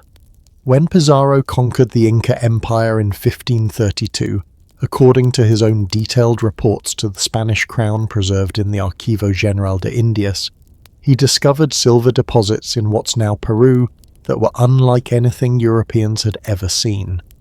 The mountain of Potosí, which the Spanish began mining in 1545, contained an estimated 60,000 tons of silver, equivalent to approximately $120 billion in today's currency, just sitting there in the ground waiting to be dug up. According to the contemporary account by the Spanish chronicler Pedro Chiesa de León, local indigenous people had been mining small amounts of silver from Potosí for centuries, but they had no idea of the true extent of the deposits. Meanwhile, Cortés had conquered the Aztec Empire and discovered equally massive silver deposits in Mexico. The Zacatecas mines, discovered in 1546, would eventually produce over 50,000 tons of silver, according to the detailed mining records preserved in the Mexican National Archives. Now, here's what makes this discovery so economically devastating. The Spanish didn't just mine this silver and keep it in Spain. They used it to buy goods from all over the world, essentially flooding the global economy with unprecedented amounts of precious metal. According to the meticulous shipping records kept by the Casa de Contratación in Seville, between 1500 and 1650, Spanish treasure fleets transported approximately 50,000 tons of silver from the Americas to Europe. To put that in perspective, this represented roughly 5 times the total amount of silver that had existed in Europe before Columbus. The immediate effect in Spain was what economists call the price revolution. According to the detailed price indices compiled by the historian Earl Hamilton, between 1500 and 1600, prices in Spain increased by over 400%. A bushel of wheat that cost 1 silver coin in 1500 cost 4 silver coins in 1600. But here's where it gets really crazy. This wasn't just a Spanish problem. Because the Spanish used their New World silver to buy goods from all over the world, the inflation spread globally like a virus. Chinese merchants, who'd been perfectly happy to accept Spanish silver in exchange for silk, porcelain and spices, suddenly found themselves dealing with customers who had seemingly unlimited amounts of money. According to the trade records analysed by the historian Dennis Flynn, between 1571 and 1821, approximately 100,000 tons of Spanish silver ended up in China, roughly 2/3 of all the silver mined in the Americas. Think about what this meant for traditional trading relationships. For centuries, trade had been conducted with relatively scarce precious metals. Gold and silver were valuable precisely because there wasn't very much of it. Suddenly, Spanish merchants were showing up at markets in Manila, Macau, and Malacca with ships full of silver, offering to buy entire warehouses worth of goods. The Chinese economy, which had been based on a careful balance between copper coins for daily transactions and silver for large purchases, was completely overwhelmed. According to the monetary records preserved in the Ming Dynasty archives, the massive influx of Spanish silver caused China's internal price level to increase by over 300% between 1550 and 1650. But here's what's absolutely mind-blowing about this economic tsunami. It didn't just cause inflation, it fundamentally changed how global trade worked. The traditional trade routes that had relied on complex barter systems, credit relationships, and carefully balanced exchanges of different types of goods were suddenly rendered obsolete by Spanish merchants who could simply pay cash for anything they wanted. According to the detailed analysis by economist Dennis Flynn in his work Born with a Silver Spoon, the massive Spanish silver imports disrupted traditional trading relationships from Europe to Asia. Arab merchants who had built their businesses on carrying goods along established routes found themselves undercut by Spanish traders who could offer immediate payment in silver. The Indian Ocean trading networks that had been dominated by Muslim merchants for centuries suddenly had to compete with European traders backed by seemingly unlimited amounts of precious metal. According to the Portuguese records analysed by historian Sanjay Subrahmanyam, between 1550 and 1650, the traditional monsoon-based trading cycles in the Indian Ocean were increasingly disrupted by Spanish silver flowing through Portuguese and Dutch trading posts. Here's something that's going to sound terrifyingly familiar to anyone who's studied modern economic crises. The Spanish silver boom created massive economic bubbles that eventually burst with devastating consequences. In China, the massive influx of silver initially created a period of unprecedented prosperity. According to the economic historian Richard von Glan's analysis of Ming Dynasty records, Chinese artisans, merchants and farmers all benefited from the increased demand for their products. Chinese cities expanded, trade flourished, and the economy boomed. But by the early 1600s, the Chinese economy had become dangerously dependent on continued silver imports from the Americas. When Spanish silver shipments began to decline due to mining difficulties and political problems in the Americas, the Chinese economy crashed. According to the detailed account by the Ming Dynasty official Zhu Guangqi, writing in 1610, the reduction in silver imports caused markets to fail, merchants to flee, and farmers to abandon their fields. The economic disruption contributed to the political instability that would eventually bring down the Ming Dynasty in 1644. The parallels to modern economic crashes are absolutely striking. Just like the housing bubble of the 2000s or the dot-com bubble of the 90s, the Spanish silver boom created artificial prosperity that wasn't sustainable. When the flow of silver slowed down, economies that had become dependent on it collapsed. But the Spanish silver tsunami didn't just disrupt existing economies. It created entirely new patterns of global trade that permanently altered the ancient trade routes we've been discussing. For the first time in history, there was a truly global currency that was accepted everywhere. Spanish silver coins, the famous pieces of 8, became the world's first truly international money. According to the numismatic research compiled by Frank Sedgwick in the Practical Book of Cobbs, Spanish silver coins have been found in archaeological sites on every continent except Antarctica. This meant that for the first time, merchants didn't need to worry about complex exchange rates or finding trading partners who wanted exactly what they had to offer. They could simply convert their goods to silver and use that silver to buy whatever they wanted, wherever they wanted it. The effect on traditional trade routes was devastating. The Silk Road, which had relied on the exchange of Chinese silk for Central Asian horses, Persian carpets and European goods, suddenly became inefficient compared to Chinese merchants who could simply sell their silk for Spanish silver and use that silver to buy whatever they needed. According to the analysis by historian Janet Abu-Lugod, the volume of goods travelling along traditional overland routes between Asia and Europe declined by over 70% between 1550 and 1650. The ancient trading cities of Samarkand, Bukhara, and Isfahan found themselves increasingly bypassed by merchants who could conduct their business more efficiently through the new silver-based global economy. The trans-Saharan gold trade, which had sustained West African kingdoms for centuries, was similarly disrupted.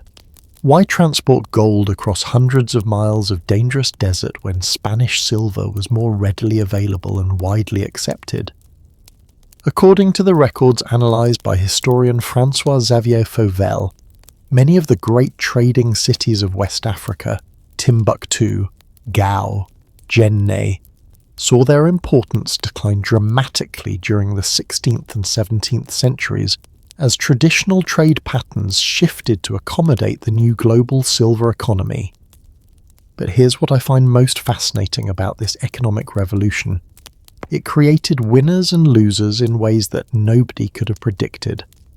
Traditional merchants and trading cities that had dominated global commerce for centuries suddenly found themselves marginalized, while new players who could adapt to the silver-based economy thrived.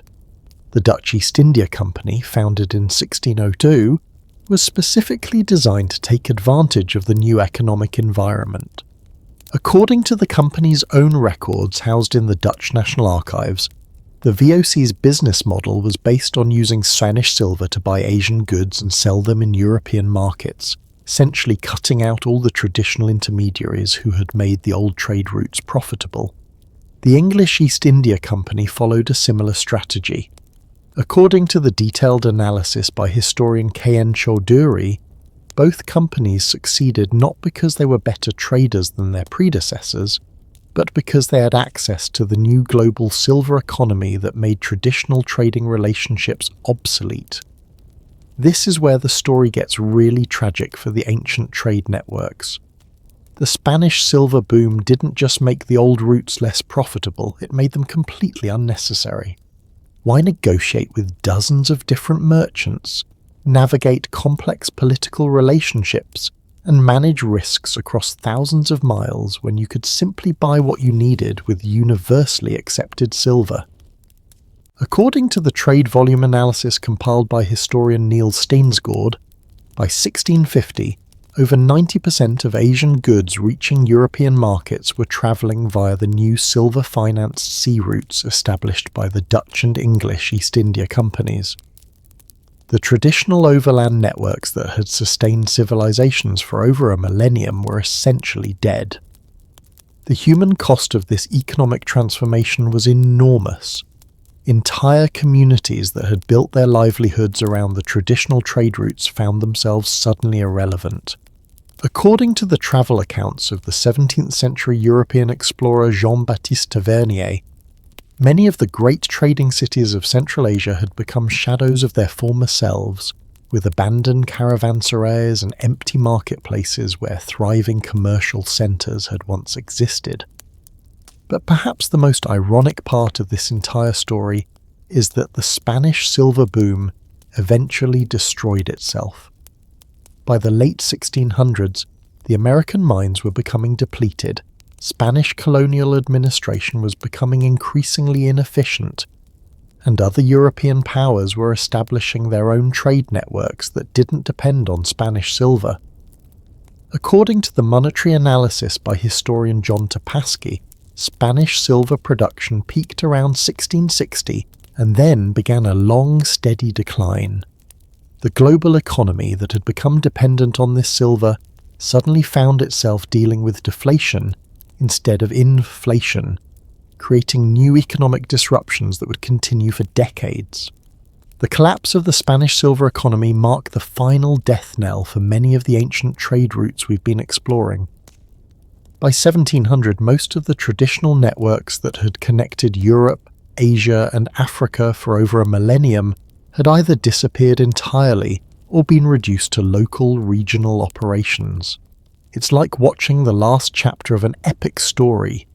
The great highways of ancient commerce had survived wars, plagues, political upheavals, and technological disruptions, only to be finally killed off by an accidental economic revolution that nobody saw coming.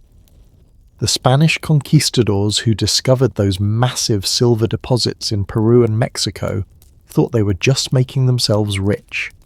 They had no idea they were triggering a global economic transformation that would reshape human civilization and close the final chapter on trade networks that had been the backbone of global commerce for over 1,000 years. As we move deeper into our exploration of these lost highways, we're about to witness the final moments of some of the most remarkable trading networks in human history. Because while the Spanish silver tsunami was washing over the global economy, specific trade routes were experiencing their own unique forms of collapse, each with its own dramatic story of decline and abandonment. The Silk Road's final breath was about to be drawn, and the story of its death reveals something profound about how even the most enduring systems can simply fade away. Death comes quietly to the greatest things, not with dramatic battles or sudden catastrophes, but with a slow fading, like watching the lights go out in a grand theatre, one by one, until only darkness remains. What I'm about to share with you is perhaps the most heartbreaking story in our entire journey through these lost highways. It's the tale of how the most famous trade route in human history, the legendary Silk Road, didn't collapse in some epic finale, but simply exhaled its last breath and was gone. The tragic part, almost nobody noticed it happening. Picture walking through what was once Times Square, but finding only empty buildings, broken windows, and weeds growing through the sidewalk cracks. That's essentially what happened to Samarkand, the crown jewel of the Silk Road, and the story of its decline reveals something profound about how even the mightiest systems can simply fade into memory. Have you ever driven through a small town that was clearly once thriving? Maybe you can see the old main street, the abandoned storefronts, the faded signs of businesses that used to bustle with activity. That feeling of what happened here is exactly what archaeologists experience when they study the remains of the great Silk Road cities. Let me take you back to Samarkand in the year 1400. According to the detailed account by Ruy González de Clavijo, the Spanish ambassador to the court of Tamerlane, this city was unlike anything in the European world. Clavijo wrote that Samarkand's bazaars stretched for leagues in every direction, with over 30,000 merchants from across the known world conducting business daily. The numbers are absolutely staggering when you think about them. According to the economic analysis by historian Robert McChesney, at its peak around 1400, Samarkand's population may have reached 500,000 people, making it one of the 5 largest cities in the world at that time. That's larger than London, Paris, or any European city would be for another 2 centuries. But here's what made Samarkand so special. It wasn't just big, it was incredibly cosmopolitan. According to the travel account by Ibn Battuta, who visited the city in the 14th century, you could hear over 50 different languages spoken in Samarkand's markets on any given day. Chinese silk merchants negotiated with Persian carpet traders. Arab spice dealers worked alongside Indian gem cutters. European furs were exchanged for African gold. It was like walking through the United Nations, except instead of diplomats, it was filled with entrepreneurs, all trying to make deals that would echo across continents.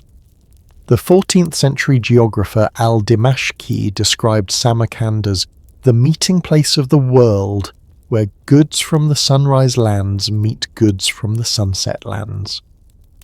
The city's wealth was legendary. According to the architectural records preserved in the Uzbek National Archives, Tamerlane's construction projects in Samarkand employed over 100,000 artisans and workers from across his empire. The famous Registan complex, with its stunning madrasas and mosques, was built using techniques and materials gathered from China to Spain. But here's where the story takes a dark turn, and this is something that's going to sound uncomfortably familiar if you've ever lived through economic decline. The very success that made Samarkand great also made it incredibly vulnerable. Tamerlane, or Timur as he was known locally, was one of history's most complex figures. According to the detailed biography by the contemporary historian Sharaf ad-Din Ali Yazdi, Tamerlane conquered territories from India to Turkey, creating an empire larger than Alexander the Great's. But unlike other great conquerors, Tamerlane's empire was built around Samarkand as its economic heart. Think of Tamerlane as history's most violent venture capitalist. He didn't just conquer cities, he systematically relocated their most skilled craftsmen, wealthiest merchants and most talented artists to Samarkand. According to the records analysed by historian Beatrice Forbes-Mans, Tamerlane forcibly moved over 200,000 people to Samarkand between 1380 and 1405, turning the city into a forced concentration of global talent and wealth. The result was spectacular in the short term. Samarkand became the most magnificent city in the world, a place where the finest goods from every corner of the earth were not just sold but actually produced by relocated master craftsmen working under royal patronage. But here's the problem with building an economy based on forced concentration of resources: it's incredibly fragile. When Tamerlane died suddenly in 1405 while preparing to invade China, his empire began to fragment almost immediately. According to the Succession Chronicle by Abdalrazak Samarkandi, Tamerlane's sons and grandsons spent the next 30 years fighting over the inheritance, and in the process, they destroyed the very systems that had made their empire wealthy. The skilled artisans who had been forced to relocate to Samarkand began returning to their home cities. The merchants who'd been compelled to conduct business there started seeking more stable trading environments. The tributary relationships that had funneled wealth into the city began to break down as regional governors declared independence. According to the trade records analysed by historian Maria Eva Subtelny between 1405 and 1450, the volume of goods passing through Samarkand declined by over 70%. But here's what's really tragic. This wasn't because of war or natural disaster. It was simply because the artificial economic ecosystem that Tamerlane had created couldn't survive without his personal authority to maintain it. By 1450, according to the account of the Venetian merchant Josaphat Barbot, who visited Samarkand in the mid-15th century, the city was already showing signs of serious decline. Barbot wrote that many of the great bazaars were half empty, with entire sections devoted to goods that no longer came from distant lands.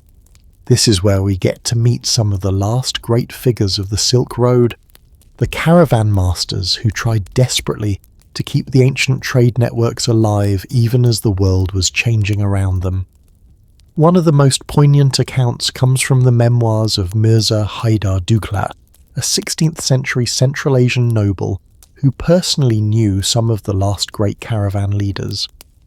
According to Duglat's historical chronicle, the Tariq-i-Rashidi, written around 1540, he met an elderly caravan master named Abdul Rahman who had been organising Silk Road expeditions for over 50 years.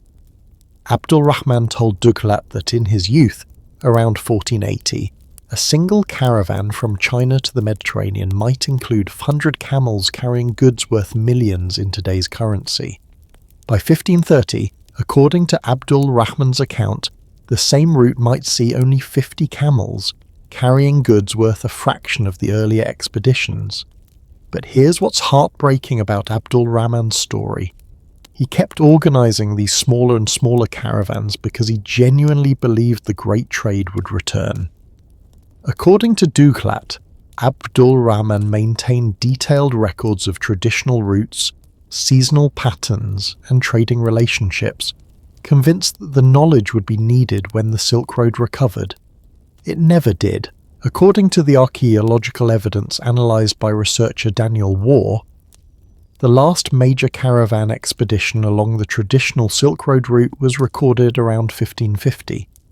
After that, the ancient highways that had connected east and west for over a millennium simply stopped being used. The physical evidence of this decline is haunting. Modern archaeological surveys of the Silk Road, led by researchers like Christina Phelps Harris, have discovered hundreds of abandoned caravanserais, the fortified inns where merchant caravans once rested. These structures show clear patterns of use declining gradually through the 15th and 16th centuries, with many showing evidence of hasty abandonment around 1500 to 1550. One particularly moving discovery was made by archaeologist Franz Grenet at a caravanserai near Panjikent in what's now Tajikistan. The site contained what appears to be a merchant's abandoned warehouse, filled with Chinese porcelain, Central Asian textiles and Indian spices, goods that were never sold, never retrieved, just left behind when the trade stopped coming. According to Grenet's analysis, the pottery styles and coin dates suggest this warehouse was abandoned around 1520. Imagine the story behind that. Some merchant, maybe someone like Abdul Rahman, storing goods for a trading season that never came, waiting for customers who are now buying their silk and spices from Portuguese ships docking in Lisbon, instead of caravans crossing the Asian steppes. The human cost of the Silk Road's death extends far beyond individual merchants. According to the demographic analysis by historian Richard Billiot, the decline of overland trade contributed to the depopulation of entire regions of Central Asia. Cities that had sustained populations of 50,000 or more shrank to small towns of a few thousand. Bukhara, which had been one of the great learning centres of the Islamic world, saw its population decline by over between 1500 and 1600. The great madrasas and libraries that had been supported by trade wealth began to crumble from lack of funding. According to the travel account of Anthony Jenkinson, an English merchant who visited Bukhara in 1558, many of the city's former palaces had been abandoned and were being used as stables for livestock. But perhaps the most tragic aspect of the Silk Road's decline was how quickly the knowledge and expertise built up over centuries simply disappeared. The caravan masters who knew how to navigate by stars, the merchants who spoke a dozen languages, the craftsmen who had learned techniques from across continents. When the trade stopped, their knowledge stopped being passed to the next generation. According to the linguistic analysis by historian Peter Golden, dozens of trade languages that had developed along the Silk Road became extinct between 1500 and 1700. These weren't just communication tools, they were entire systems of knowledge about geography, weather patterns, local customs, and commercial practices that had taken centuries to develop. It's like watching the entire internet disappear, but instead of losing websites and data, you're losing human expertise that can never be recreated. The Portuguese captains sailing around Africa to reach Asia knew how to use compasses and read nautical charts, but they had no idea how to predict sandstorms in the Taklamakan Desert, or negotiate safe passage with Turkmen tribal leaders. The irony is profound. As global trade was becoming more efficient in terms of speed and cost, it was also becoming less sophisticated in terms of cultural knowledge and human connection. The Silk Road hadn't just moved goods, it had moved ideas, technologies, artistic techniques, and religious concepts. The new maritime routes were far better at moving cargo, but they completely bypassed the cultural exchange that had been the Silk Road's greatest contribution to human civilization. By 1600, according to the analysis by historian Jos Gommans, most Europeans had completely forgotten that overland routes to Asia had ever been important. The Spanish and Portuguese were so focused on their maritime empires that they barely noticed the ancient cities of Central Asia slowly crumbling into ruin. This cultural amnesia was remarkably complete. When European explorers finally began to rediscover Central Asia in the 18th and 19th centuries, they were amazed to find the ruins of what had obviously been great cities. According to the account of the Russian explorer Nikolai Muravyov, who reached Samarkand in 1820, local inhabitants could barely explain who had built the magnificent structures that dotted their landscape. The great trading networks that had sustained civilizations for over a millennium had become so completely forgotten that they might as well have never existed. It's like finding the ruins of a lost civilization, except this civilization had been lost not to time or natural disaster, but to economic obsolescence. Here's what I find most unsettling about the Silk Road's death. It happened so gradually that nobody really noticed until it was too late. There was no dramatic moment when someone said, "This is the end of the Silk Road." Instead, each year, the caravans got a little smaller, the profits got a little thinner, the routes got a little less safe until one day nobody bothered organising the expedition at all. It's a reminder that even the most enduring systems, networks that seem so essential, so permanent that we can't imagine the world without them, can simply fade away when they're no longer the most efficient solution to human needs. As we prepare to explore another chapter in this story of vanishing highways, we're going to witness the decline of what many consider the most beautiful and sophisticated trading empire in European history. Venice, the queen of the Adriatic, the bride of the sea, was about to discover that even the most magnificent crown can slip from a queen's head when the world changes around her. Sometimes the most devastating defeats come not from armies or natural disasters, but from a simple realization that the world has moved on without you. And nowhere is this truth more beautifully tragic than in the story of Venice, a city that once controlled the wealth of nations, only to wake up one morning and discover that nobody needed them anymore. Close your eyes for a moment and imagine the most beautiful, most powerful, most wealthy city you can think of. Now imagine that same city 200 years later, still beautiful, still magnificent, but surviving entirely on tourism because its entire reason for existing has simply evaporated. That's the story of Venice, and it's going to break your heart. What happened to Venice is like watching Apple suddenly become irrelevant because someone invented something better than the smartphone. Except this isn't a story about technology companies. This is about an entire civilization built on trade that discovered, almost overnight, that they'd become completely unnecessary. Have you ever been to Venice? If you have, you've probably marvelled at the incredible architecture, the stunning palaces lining the Grand Canal, the obvious wealth that built such magnificence. But here's what most tourists don't realise. Every single one of those gorgeous buildings was paid for by what was essentially a medieval Amazon, except instead of delivering packages in 2 days, they were moving luxury goods across continents over the course of months. Let me paint you a picture of Venice at its absolute peak, around the year 1450. According to the detailed commercial records preserved in the Venetian State Archives, Venice at this time controlled approximately 40% of all trade between Europe and Asia. 40%.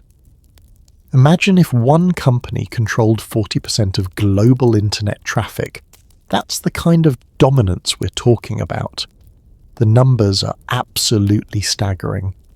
According to the economic analysis by historian Frederick Lane in Venice, a maritime republic, at its peak, Venice's merchant fleet consisted of over 3,000 vessels of various sizes, employed approximately 36,000 sailors, and generated annual revenues equivalent to roughly $2 billion in today's currency. But here's what made Venice so special. They weren't just moving goods around. They had created what modern business schools would recognize as a completely integrated supply chain management system. According to the detailed study by historian Robert Davis, Venice controlled every aspect of Mediterranean trade from shipbuilding to banking, from insurance to warehousing. The Venetian arsenal was like the world's first industrial complex. According to the account by the Spanish visitor Pero Tafur, who visited Venice in 1436, the arsenal employed over 16,000 workers and could complete a fully equipped galley in a single day. A single day! These weren't small boats. We're talking about ships 80 feet long that could carry 200 tons of cargo.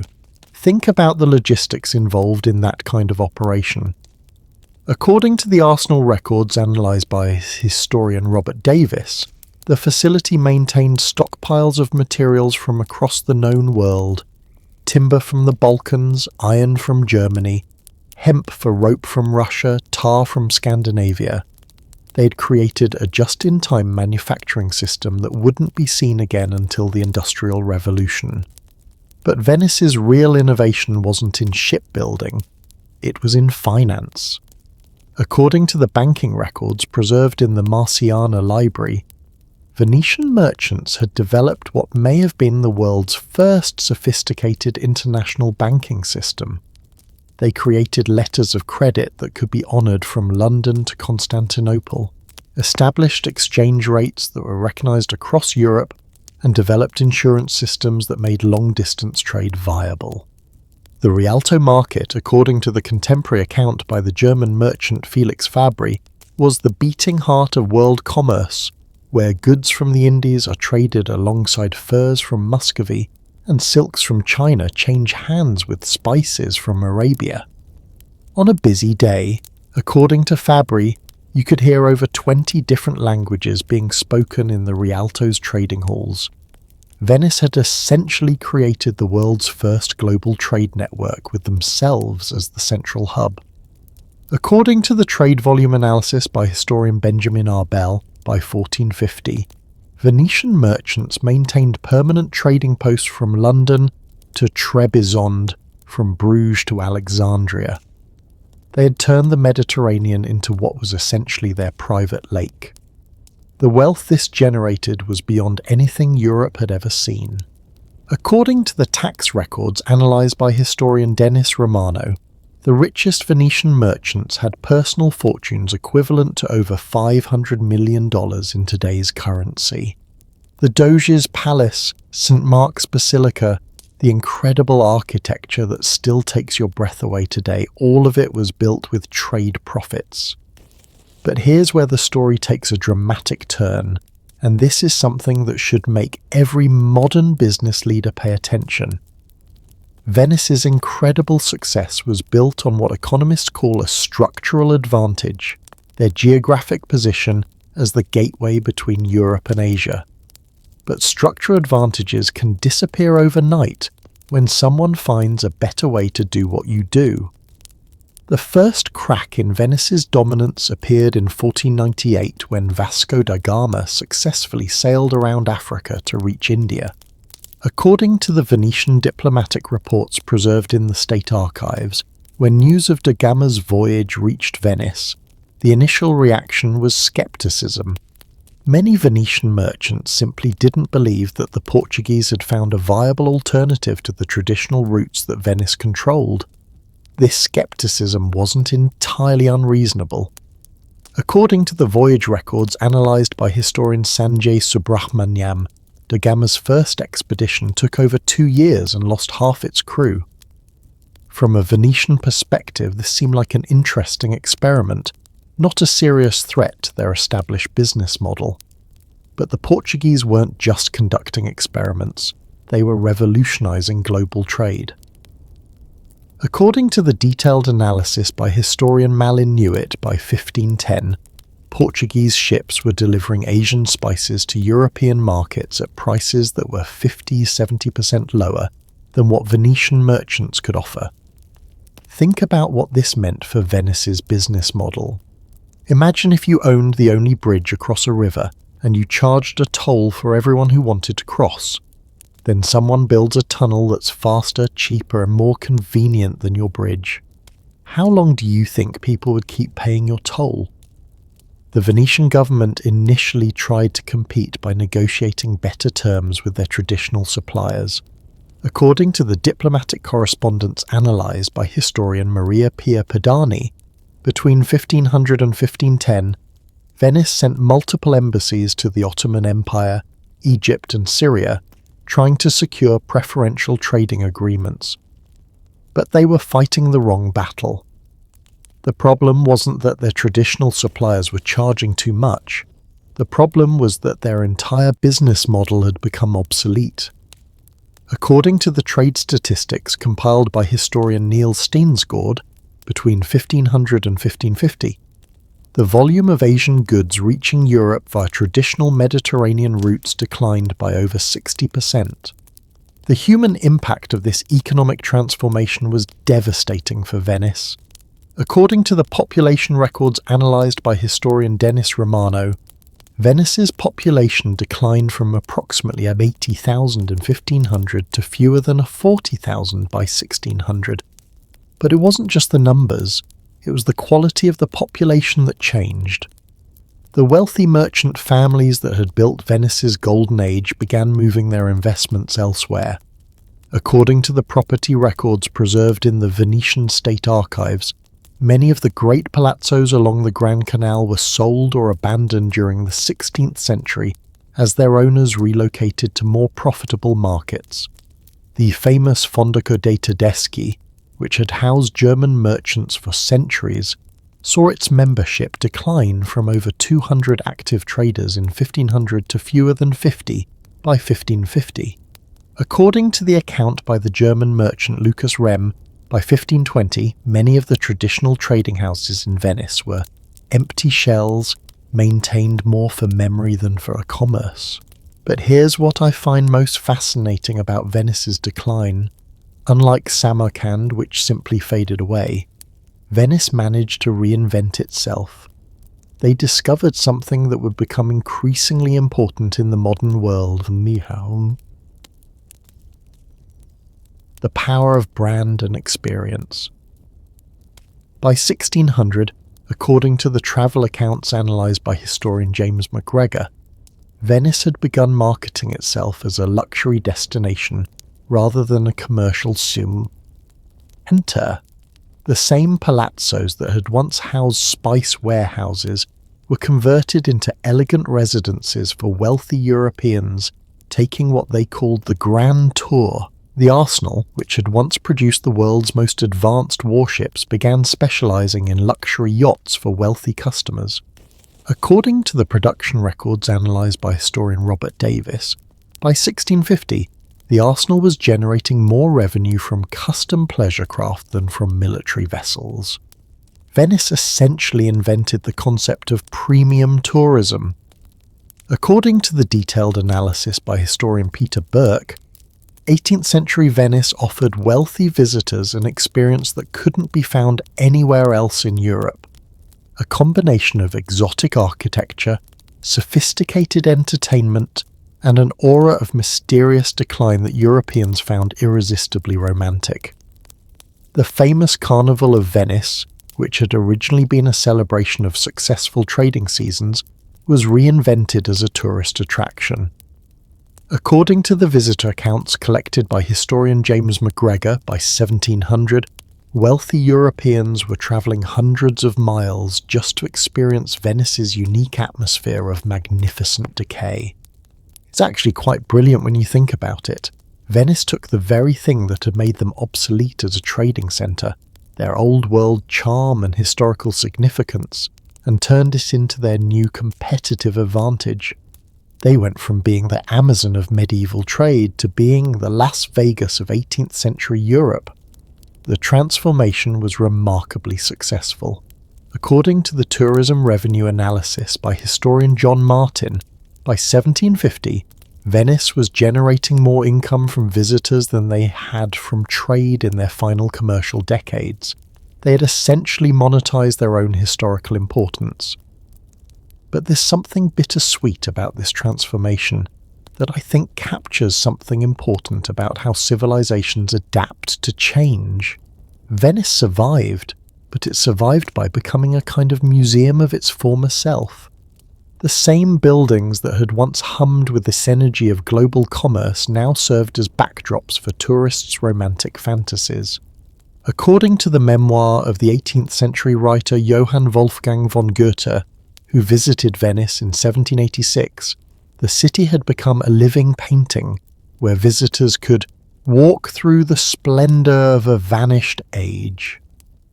It was beautiful, it was profitable, but it was no longer the dynamic, forward-looking commercial powerhouse that had once shaped global trade. The story of Venice raises a question that I think is incredibly relevant to our modern world. When your entire reason for existing disappears, do you fight to preserve what you were, or do you reinvent yourself as something completely different? Venice chose reinvention, and in many ways, it was spectacularly successful. The city that tourists flock to today is in many ways more famous and more beloved than the commercial republic that once dominated Mediterranean trade. But something was lost in that transformation. The dynamic energy of a civilization that was actively shaping the future rather than just preserving the past. As we continue our journey through these vanishing trade routes, we're going to explore another transformation that was happening simultaneously: the decline of the great African gold highways that had sustained some of the richest kingdoms in human history. But unlike Venice's story of successful reinvention, what happened in Africa reveals a darker side of how global economic changes can destroy not just trade routes, but entire ways of life. Deep in the heart of Africa, there once walked a man so wealthy that his casual generosity crashed entire economies. His name was Mansa Musa, and when he decided to take a little trip to Mecca in 1324, he accidentally demonstrated to the world that there were trade routes in Africa that made the Silk Road look like a neighborhood lemonade stand. But here's the thing that's going to absolutely blow your mind. Within 300 years of Mansa Musa's legendary journey, the trade networks that had made him the richest human being in history had essentially vanished. Not destroyed by war, not buried by sandstorms, but slowly strangled by European ships sailing around the continent's coast. What happened to Africa's golden highways is perhaps the most tragic story in our entire exploration of vanished trade routes. Because this wasn't just about economics, it was about the systematic destruction of sophisticated African civilizations that most of the world has completely forgotten ever existed. Have you ever heard anyone mention that Africa had cities with universities, libraries, and astronomical observatories while Europe was still recovering from the Dark Ages? Probably not, because the decline of the trans-Saharan trade routes didn't just destroy economic networks. It erased entire chapters of human achievement from global memory. Let me take you back to the world that Mansa Musa ruled, because understanding what was lost makes the story of its destruction all the more heartbreaking. According to the detailed account by the contemporary historian Al-Umari, who interviewed people who had witnessed Mansa Musa's pilgrimage, the Malian emperor's caravan included 60,000 men, 12,000 slaves and 80 camels carrying gold dust. The numbers are so staggering they sound like fantasy. According to Al-Umari's calculations, based on eyewitness accounts in Cairo, Mansa Musa distributed so much gold during his pilgrimage that the precious metal's value in Egypt didn't recover for over a decade. Imagine being so wealthy that you accidentally cause inflation across an entire region just by being generous. But here's what's really incredible about Mansa Musa's wealth. It wasn't based on conquest or exploitation. It was built on one of the most sophisticated trading systems in human history, a network that connected the goldfields of West Africa with the Mediterranean world through routes across the Sahara Desert. The foundation of this wealth was something that sounds almost magical: the exchange of salt for gold, pound for pound. According to the 11th century geographer al-Bakri, there were markets in West Africa where salt was literally traded at equal weight with gold. Can you imagine living in a world where table salt was as valuable as precious metal? This wasn't just an arbitrary exchange rate, it was based on fundamental economics of scarcity and necessity. According to the archaeological analysis by historian François-Xavier Fauvel, the gold-producing regions of Bambouk and Bure in what's now Mali and Senegal had virtually no natural salt deposits. Meanwhile, the salt mines of Taghaza, deep in the Sahara, produced some of the purest rock salt in the world but were hundreds of miles from any source of gold. The logistics of connecting these two regions created one of the most remarkable trade networks in human history. According to the detailed account by Ibn Battuta, who travelled these routes in the 14th century, a typical trans-Saharan caravan might include 12,000 camels and take 6 months to complete the round trip from Morocco to the Malian capital of Niani. Think about the organisational complexity required for something like that. According to the Tariq al-Fattash, a 16th century West African chronicle, the great trading expeditions required 2 years of preparation, coordination with dozens of different tribal groups for safe passage, and precise timing to coincide with seasonal water availability at desert oases. The cities that grew up around this trade were unlike anything in the medieval world. Timbuktu, according to the description by the 16th century scholar Ahmed Baba, was home to over 25,000 students and scholars. The city's libraries contained over 400,000 manuscripts, covering everything from astronomy and mathematics to literature and Islamic theology. According to the account by the Spanish traveller Leo Africanus, who visited Timbuktu around 1510, the city's merchants were exceeding rich, and the royal court kept a magnificent and well-furnished court. He described markets where cloth of Europe was traded for gold dust and pepper. But Timbuktu was just one jewel in a network of remarkable cities. Gao, the capital of the Songhai Empire, controlled trade along the Niger River and served as distribution centre for goods flowing between the forest regions and the desert routes. Jenne was famous for its architectural innovations and served as a major centre for Islamic scholarship. According to the archaeological evidence analysed by researchers like Susan and Roderick McIntosh, these cities featured sophisticated urban planning, advanced metallurgy, and architectural techniques that were centuries ahead of contemporary European cities. We're talking about places with running water, advanced drainage systems, and multi-storey buildings constructed using innovative engineering methods. The human stories behind this trade network are absolutely remarkable. According to the oral histories collected by historian Nehemiah Levtzion, there were merchant families who maintained trade relationships across distances of over 2,000 miles, with some trading partnerships lasting for generations. One particularly poignant account comes from the Tarikh-e-Sudan, a 17th century chronicle that describes the merchant family of Muhammad Kati, whose trading network extended from Morocco to Nigeria. According to the chronicle, the Kati family maintained detailed records of exchange rates, seasonal patterns, and political conditions across the entire trans-Saharan network for over 200 years.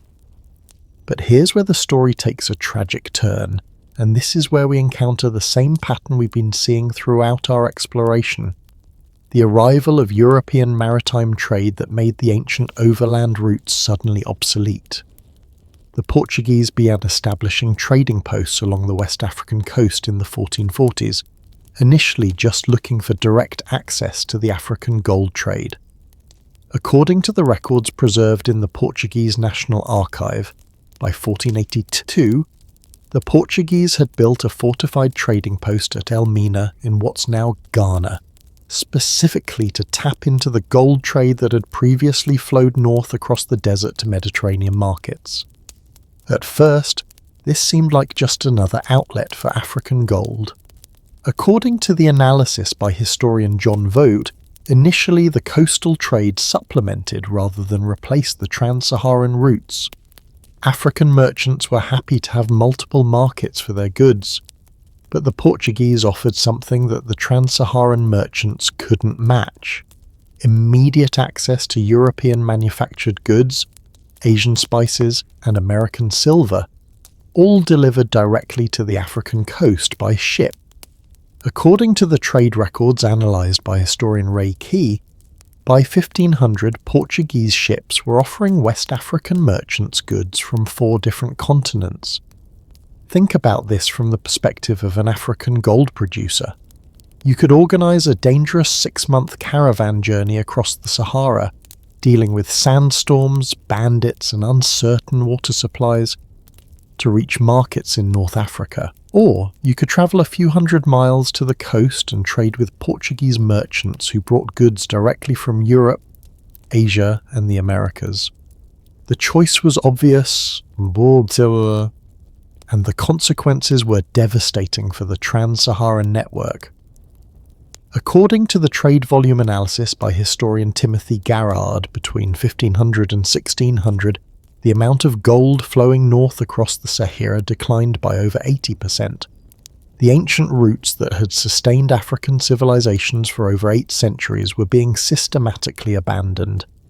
The impact on the great trading cities was immediate and catastrophic.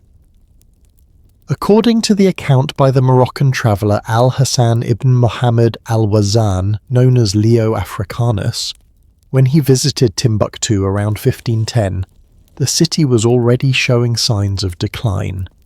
He noted that many of the great merchant houses were no longer as rich as in former times. By 1591, when the Moroccan army conquered Timbuktu, according to the Tariq es-Sudan, the city's population had declined from an estimated 100,000 at its peak to fewer than 20,000. The great libraries that had once made Timbuktu the intellectual capital of West Africa were scattered, with many manuscripts sold as scrap paper or left to decay in abandoned buildings. The human cost of this transformation was enormous. According to the demographic analysis by historian Michael Gomez, the decline of trans-Saharan trade contributed to the depopulation of vast areas of the Western Sudan. Cities that had sustained populations of 50,000 or more shrank to small towns of a few thousand inhabitants. But perhaps the most tragic aspect of this decline was the loss of knowledge and expertise. According to the linguistic research by historian Dmitry Bondarev, many of the trade languages that had developed along the trans-Saharan routes became extinct between 1600 and 1800. These weren't just communication tools, they were entire systems of knowledge about desert navigation, seasonal patterns, and commercial practices. The great merchant families that had maintained the trans-Saharan networks for centuries found their carefully accumulated knowledge suddenly worthless. According to the oral histories collected by historian Nehemiah Levtsian, many of these families simply abandoned their traditional occupations and either moved to the coast or adapted to more localized trading patterns. It's like watching the collapse of an entire civilization's expertise. The Tuareg guides who could navigate by the stars, the merchants who spoke a dozen languages, the craftsmen who knew how to work with gold and salt. When the trade stopped, their knowledge stopped being passed to the next generation. The speed of this transformation was remarkable. According to the travel accounts analysed by historian Pekka Maisonen, European visitors to Timbuktu in the 19th century found a city that local inhabitants could barely explain.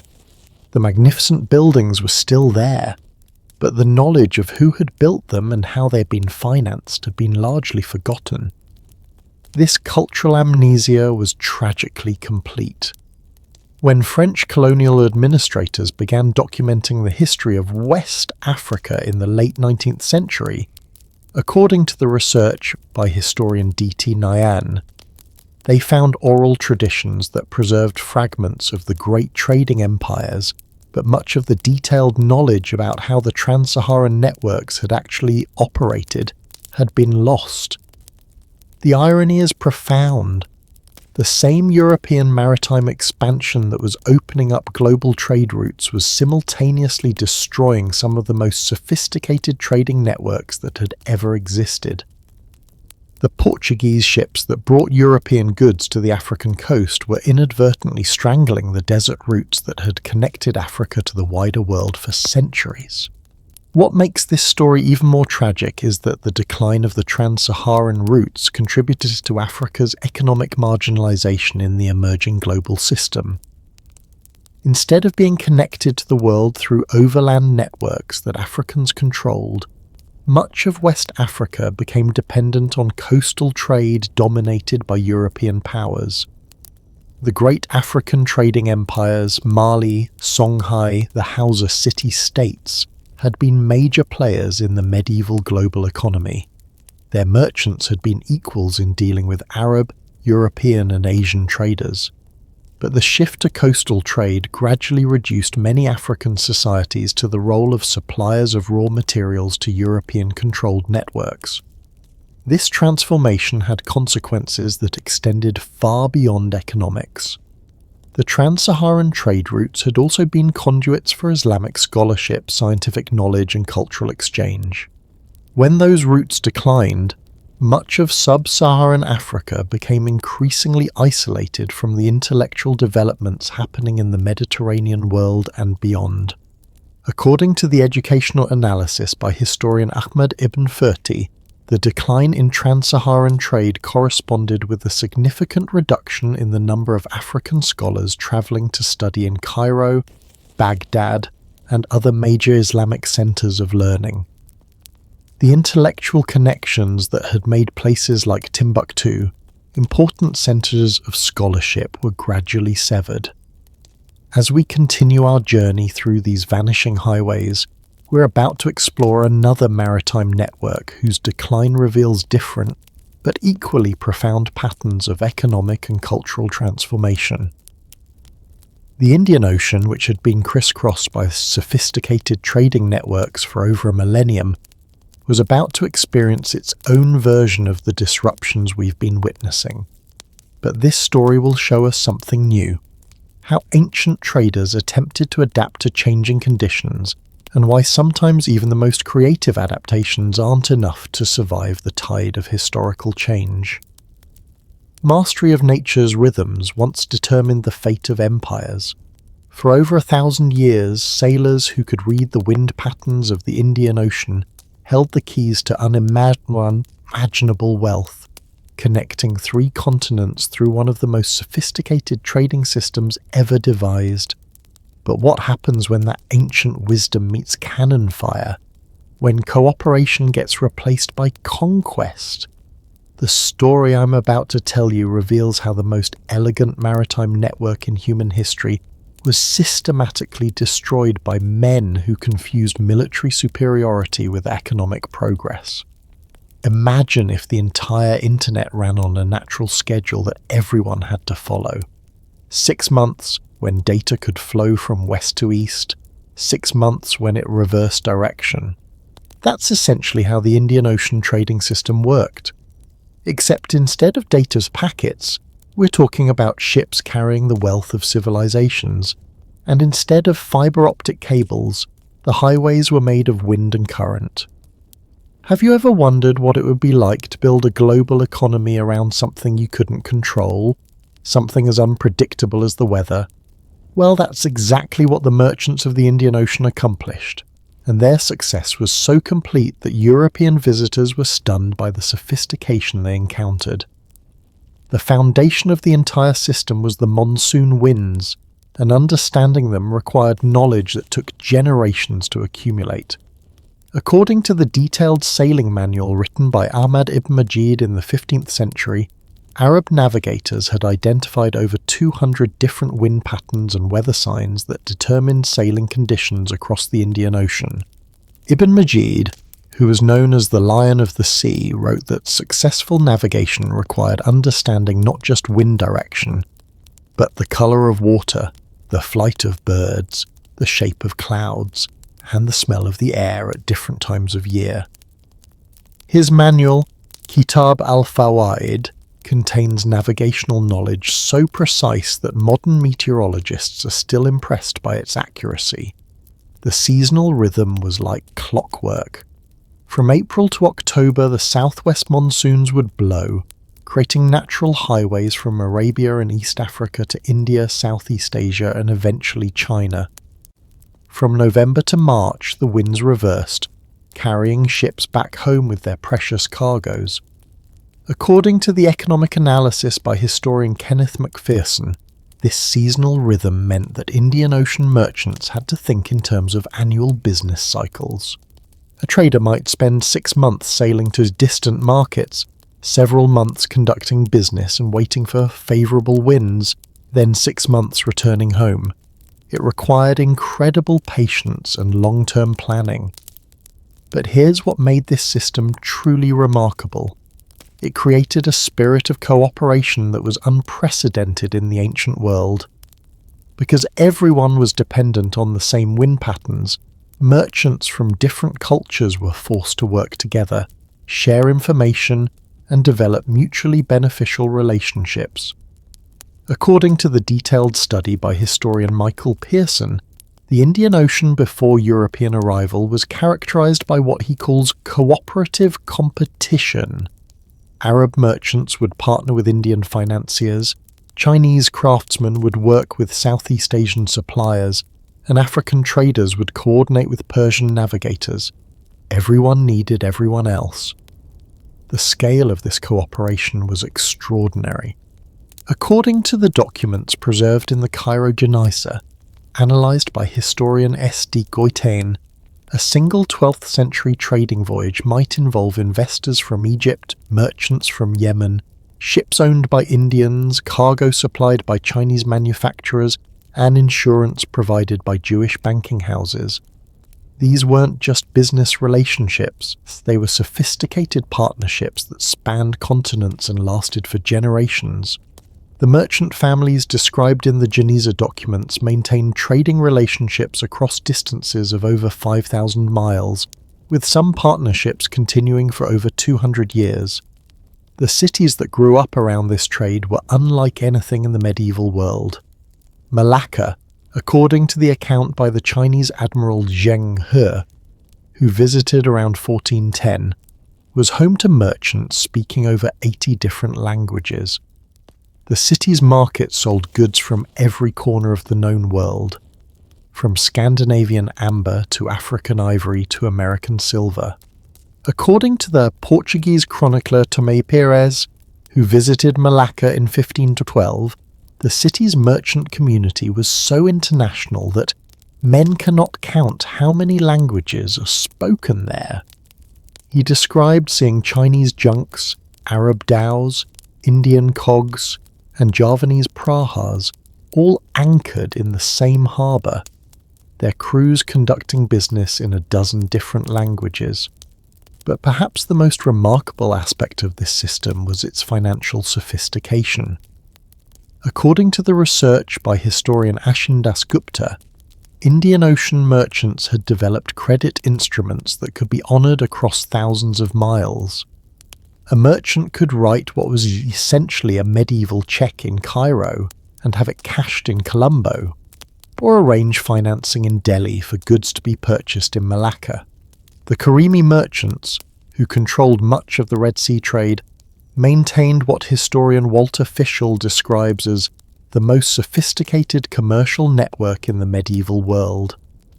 According to the Genisa documents, these merchants could coordinate the movement of goods across 3 continents using letters of credit, insurance contracts, and partnership agreements that wouldn't look out of place in a modern business school.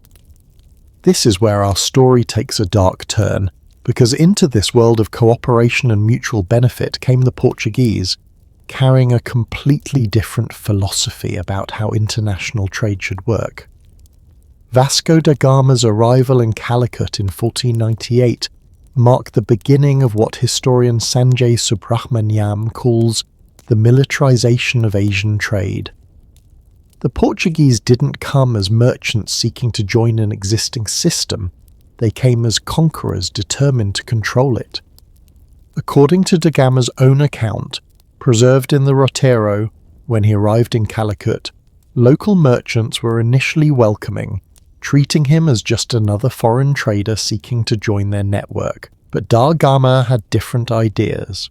He demanded exclusive trading privileges and threatened military action against anyone who refused to comply. The cultural clash was immediate and profound. According to the account by Ibn Battuta al-Makki, Arab merchants in Calicut were shocked by Portuguese demands for monopoly trading rights. The traditional system had been based on open access. Anyone who could pay the standard customs duties and follow local regulations could participate in trade. But the Portuguese introduced something that had never existed in the Indian Ocean: the concept of armed trading posts designed to exclude competitors. According to the detailed analysis by historian Michael Pearson, between 1500 and 1515, the Portuguese established fortified trading bases at over 30 locations from Mozambique to Macau, each designed to control local trade through military force. The human impact of this militarization was immediate and devastating. According to the contemporary account by the Indian chronicler Ziauddin Barani, Portuguese naval patrols began systematically attacking Arab and Indian merchant ships, seizing their cargoes and demanding tribute for safe passage. The traditional monsoon-based trading system, which had relied on peaceful cooperation between merchants from different cultures, suddenly found itself dealing with armed European ships that could attack at will. According to the analysis by historian Niels Steensgaard, Portuguese military intervention disrupted trading relationships that had been stable for centuries. Think about what this meant for the traditional merchant families. According to the research by historian Ashin Dasgupta, many Arab and Indian trading houses that had operated profitably for generations were forced out of business within decades of Portuguese arrival. The cooperative networks that had taken centuries to build were destroyed in a few short years. But the Portuguese were just the beginning. The Dutch arrived in the late 16th century with an even more systematic approach to controlling Indian Ocean trade. The Dutch East India Company, founded in 1602, was essentially a military corporation designed to monopolize Asian commerce. According to the VOC's own records, housed in the Dutch National Archives, the company's strategy was to gain control of what they called choke points, strategic locations where they could force all trade to pass through their facilities. The Strait of Malacca, the Sunda Strait, the entrance to the Red Sea, the Dutch systematically established fortified trading posts at every major intersection of traditional trade routes. The English followed with their own East India Company, and by 1650, according to the trade volume analysis by historian K.N. Chowdhury, over 70% of Indian Ocean trade was controlled by European corporations that used military force to exclude traditional merchants from their own markets. The speed of this transformation was breathtaking. According to the demographic analysis by historian Michael Pearson, cities like Malacca, which had been cosmopolitan trading centres for centuries, saw their international merchant communities decline by over 60% between 1500 and 1650. The great Arab trading houses, which had maintained networks spanning from Spain to China, found themselves systematically excluded from the most profitable routes. According to the research by historian Patricia Risso, many of these families were forced to abandon international trade entirely, retreating to regional markets where European competition was less intense. But perhaps the most tragic aspect of this transformation was the loss of the cooperative spirit that had made the Indian Ocean system so remarkable. The European approach to trade was fundamentally competitive. The goal was to exclude competitors and maximize profits for shareholders in distant European cities. According to the cultural analysis by historian Sugata Bose, the militarization of Indian Ocean trade destroyed what he calls a cosmopolitan commercial culture that had flourished for over a millennium. The polyglot trading communities, the interfaith partnerships, the sophisticated credit systems, all of it was gradually replaced by European-controlled monopolies. The monsoon winds still blew on their ancient schedule, but the ships that rode them now carried European flags and European cannons. The natural highways were the same, but they no longer connected diverse cultures in mutually beneficial trade. Instead, they had become supply routes for European empires. According to the economic analysis by historian Holden Ferber, by 1700, the traditional Indian Ocean trading system had been so completely transformed that visiting Arab or Indian merchants would barely recognize the markets their ancestors had dominated. The cooperative networks had been replaced by competitive hierarchies, the seasonal partnerships by corporate monopolies. The human cost of this transformation extended far beyond economics. According to the linguistic research by historian Michael Pearson, many of the trade languages that had developed in Indian Ocean ports became extinct between 1600 and 1800. The cultural exchange that had made places like Malacca so cosmopolitan was replaced by European administrative languages and commercial practices. It's like watching a symphony orchestra being gradually replaced by a single instrument. The music might still be technically proficient, but the complexity, the harmony, the interplay between different cultural voices, all of that was lost. The monsoon winds that had once carried messages, languages, and ideas along with trade goods now primarily carried European profits back to Amsterdam, London, and Lisbon. The Indian Ocean had become a European lake, and the ancient wisdom of sailors like Ahmad ibn Majid was being forgotten as European navigators relied on charts and compasses rather than traditional knowledge of wind and wave patterns. As we approach the final chapters of our journey through these vanished highways, we're going to shift our focus from the grand sweep of economic and political forces to the individual human beings whose lives were transformed by these changes. Because behind every statistic about declining trade volumes, behind every analysis of changing political systems, there were real people. Merchants who lost their livelihoods, sailors who could no longer find work, entire communities that watched their way of life simply disappear. Their stories remind us that history isn't just about the rise and fall of empires. It's about the hopes, dreams, and struggles of ordinary people caught in the currents of extraordinary change. Behind every statistic lies a human heart that once beat with hope.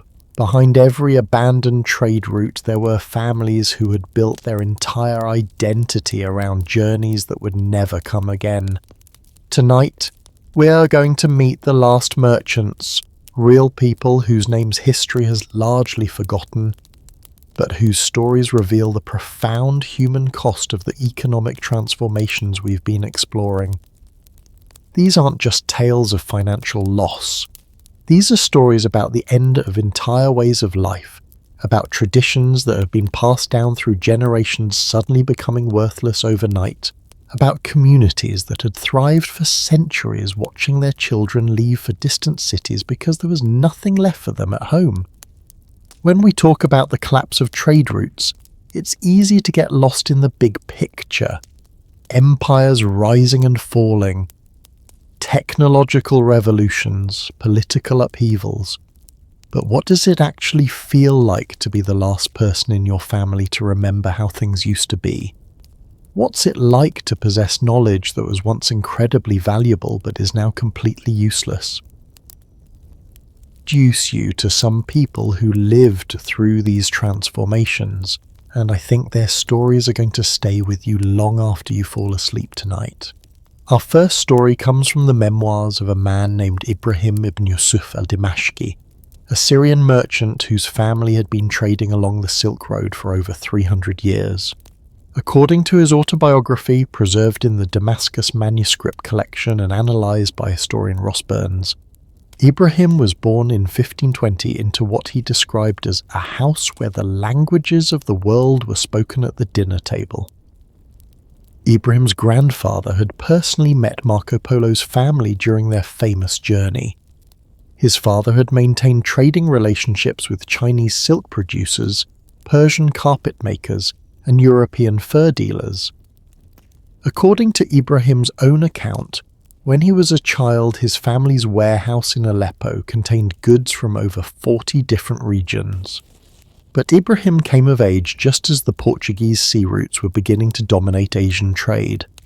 According to his memoir, when he took over the family business in 1545, he initially didn't understand what was happening.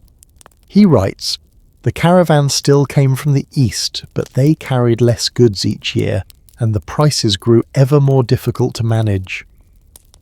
Ibrahim tried everything to adapt. According to his detailed business records, he attempted to establish relationships with Portuguese merchants, tried to shift his focus to regional trade, even considered moving his entire operation to Istanbul to be closer to Ottoman power centres. But the fundamental economics had changed. Overland trade could no longer compete with maritime routes. The most heartbreaking part of Ibrahim's story is his description of training his son in the family business, teaching him the traditional skills of caravan organisation, only to realise halfway through that this knowledge would never be useful. He writes, "I taught my boy to speak Chinese and Persian, to recognise the quality of silk by touch, to negotiate with Bedouin guides. But by the time he reached manhood, there were no Chinese merchants to speak with, no silk caravans to organise, no Bedouin routes to travel." Ibrahim's son, according to the memoir, eventually became a local shopkeeper in Damascus, selling goods produced within a few hundred miles of the city.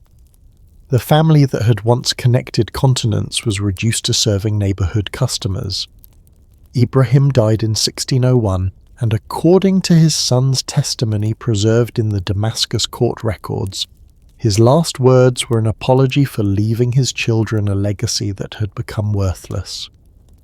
Now, let me tell you about Maria Palaiologos, and her story is going to give you chills.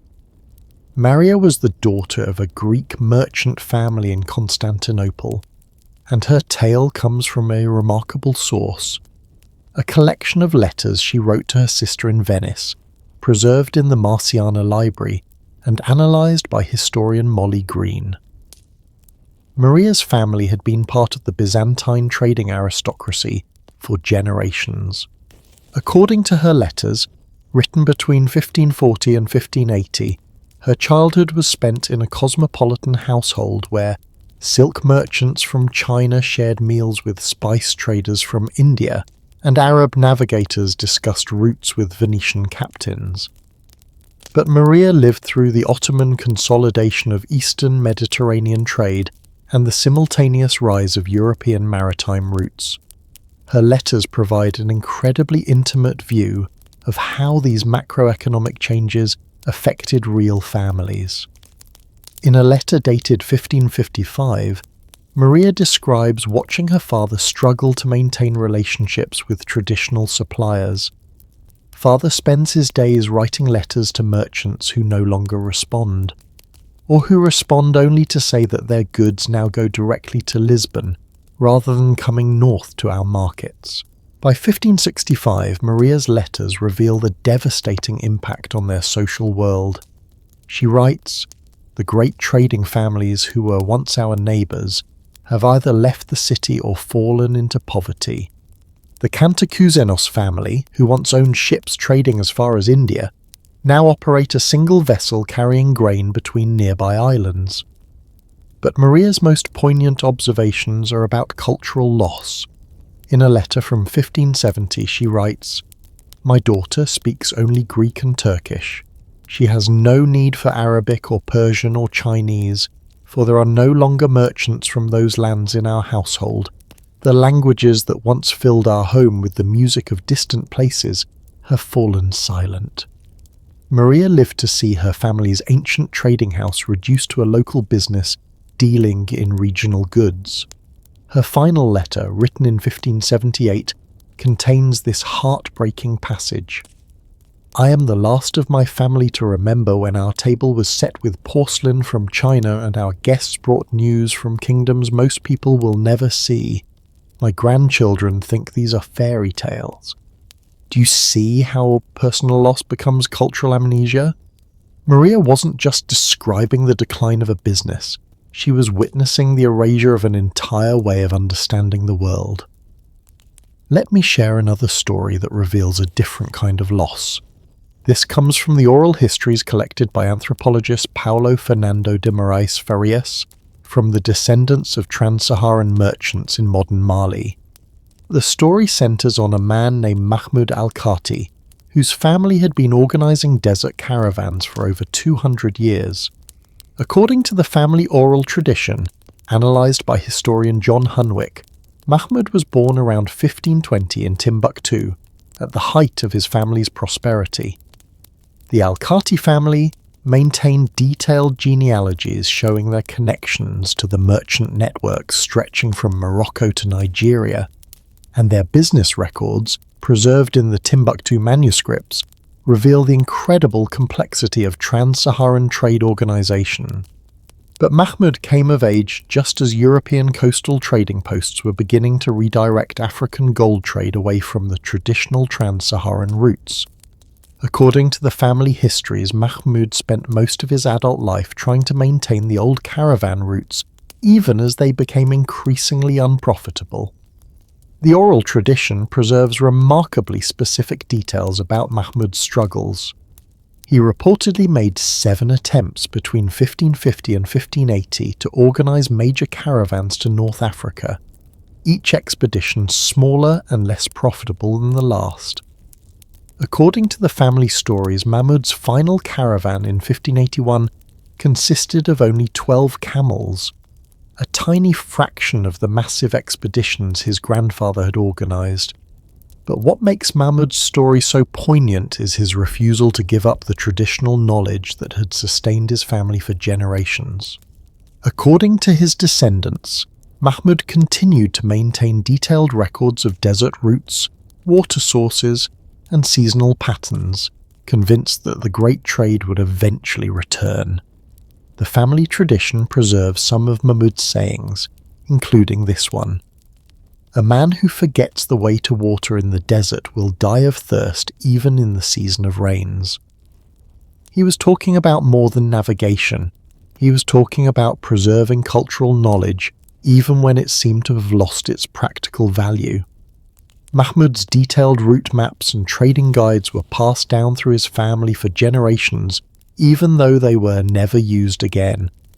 According to the oral histories, his great-grandson finally sold the manuscripts to European collectors in the 1890s, ending a 400-year tradition of preserving trans-Saharan trading knowledge.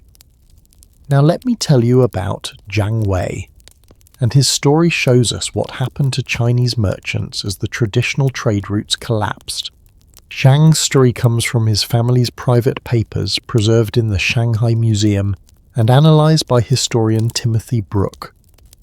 Jiang Wei was born in 1530 in Quanzhou, a Chinese port city that had been one of the most cosmopolitan trading centres in the world. According to his family records, Zhang's ancestors had been involved in maritime trade with Southeast Asia, India and the Middle East for over 300 years. But Jiang lived through the Ming dynasty's increasingly restrictive trade policies and the simultaneous rise of European maritime dominance. His personal diary, kept between 1560 and 1590, provides incredible insights into how these changes affected Chinese merchant families. In an entry from 1565, Jiang describes the impact of new European competition. The Portuguese ships bring goods from our traditional partners in India and Arabia, but they offer prices we cannot match and demand exclusivity agreements that shut out Chinese merchants.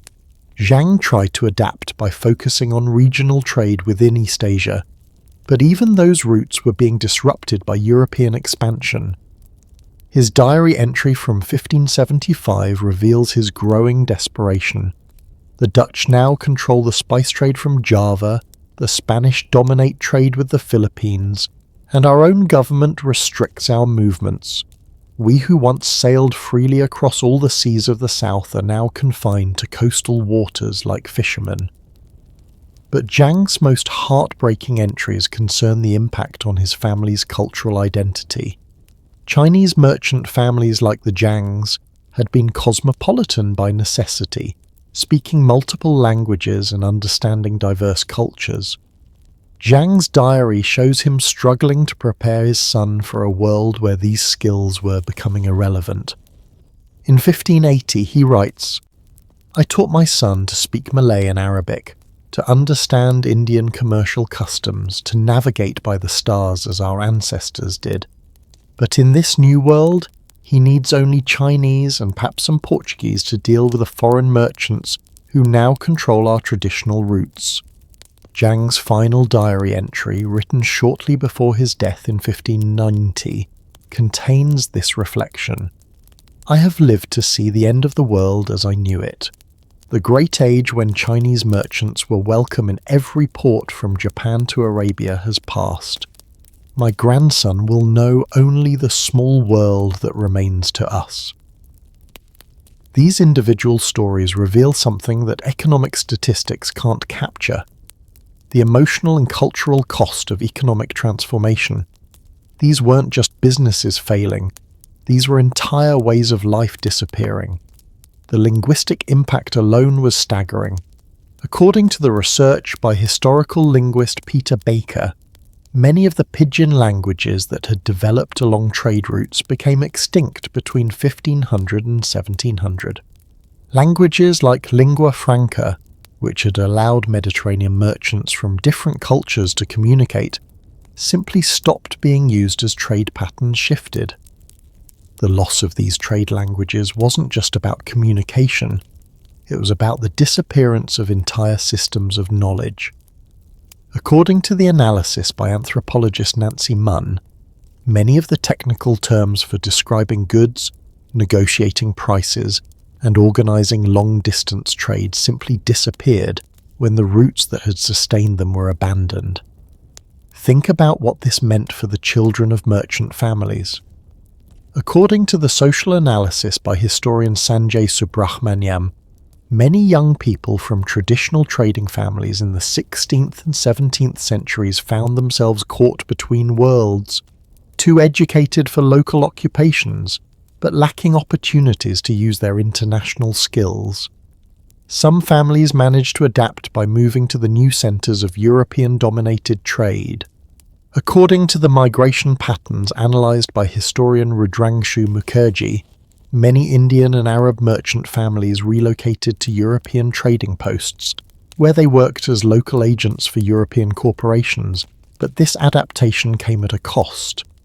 According to the cultural analysis by historian Engseng Ho, merchant families who worked within European-controlled systems often had to abandon traditional practices, adopt European commercial methods, and gradually lose touch with the cultural networks that had sustained their ancestors.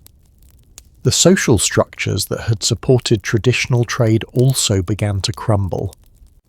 According to the sociological analysis by historian Janet Abu-Lugod, the decline of long-distance trade undermined the merchant guilds, professional associations, and cultural institutions that had provided social services in trading cities. In Samarkand, according to the architectural evidence analysed by researcher Robert McChesney, many of the madrasas and caravanserais built to serve international merchants were abandoned or converted to other uses between 1550 and 1650. The physical infrastructure of cultural exchange was literally crumbling for lack of users. The marriage patterns that had connected merchant families across continents also began to disappear. According to the genealogical analysis by historian Scott Levy, the intermarriage between merchant families from different regions, which had been common during the height of the Silk Road, virtually ceased after 1600. This had profound implications for cultural transmission. According to the anthropological research by Anya King, many of the traditional skills associated with long-distance trade, languages, negotiation techniques, cultural knowledge, had been passed down through family networks that were now being broken. Perhaps most tragically, many communities began to forget their own history. According to the oral history research by historian François-Xavier Fauvel, by 1700 many former trading cities in West Africa had lost most of their memories of the great trans-Saharan networks. The stories that had sustained cultural identity for centuries were being forgotten because they no longer seemed relevant. The speed of this cultural forgetting was remarkable. According to the comparative analysis by historian Jerry Bentley, communities that had been cosmopolitan trading centres for centuries could become completely provincial within 2 or 3 generations. But here's what I find most moving about these personal stories. They reveal the incredible resilience of human beings facing impossible circumstances. People like Ibrahim, Maria, Mahmoud, and Zhang didn't just passively accept the destruction of their worlds. They fought to preserve what they could, adapted where possible, and tried to pass something meaningful to their children even when traditional paths were closed. Their stories remind us that behind every major historical transformation are real people making difficult choices, trying to maintain dignity and meaning in the face of forces beyond their control. They're also a reminder that cultural knowledge once lost is incredibly difficult to recover. As we near the end of our journey through these vanished highways, we're going to explore what these historical lessons might mean for our own time. Because the forces that destroyed the ancient trade routes, technological disruption, political upheaval, economic transformation, are still at work in our world today. The question is, what can we learn from the merchants who watch their world disappear? And how might their experiences help us navigate the changes that lie ahead? History has a way of whispering warnings to those willing to listen. And as we sit here in 2025, surrounded by the technology and prosperity of our modern world, the echoes of those ancient trade route collapses are getting louder and more urgent. Because the same forces that brought down the Silk Road, destroyed Venice's dominance, and silenced the trans-Saharan highways are at work in our world right now. What I'm about to share with you might fundamentally change how you view our current global economy. Because when you understand the patterns that destroyed civilizations in the past, you start to see those same patterns emerging around us today. And that should make all of us pay very close attention. Think about this for a moment. We live in a world where a single tweet can crash stock markets, where a ship getting stuck in the Suez Canal can disrupt global supply chains for months, where a pandemic can shut down international trade almost overnight. Does any of that sound familiar after the stories we've been exploring? Let me show you some parallels that are going to keep you awake long after this video ends, not from worry, but from recognition of patterns that our leaders seem determined to ignore. First, let's talk about technological disruption, because this is where the parallels are most striking. Remember how we discussed how the compass, gunpowder, and printing press combined to make traditional trade routes obsolete? Well, according to the research by MIT economist Eric Brynjolfsson in his book The Second Machine Age, we're currently experiencing technological change at a pace that's 10 times faster than what destroyed the ancient networks.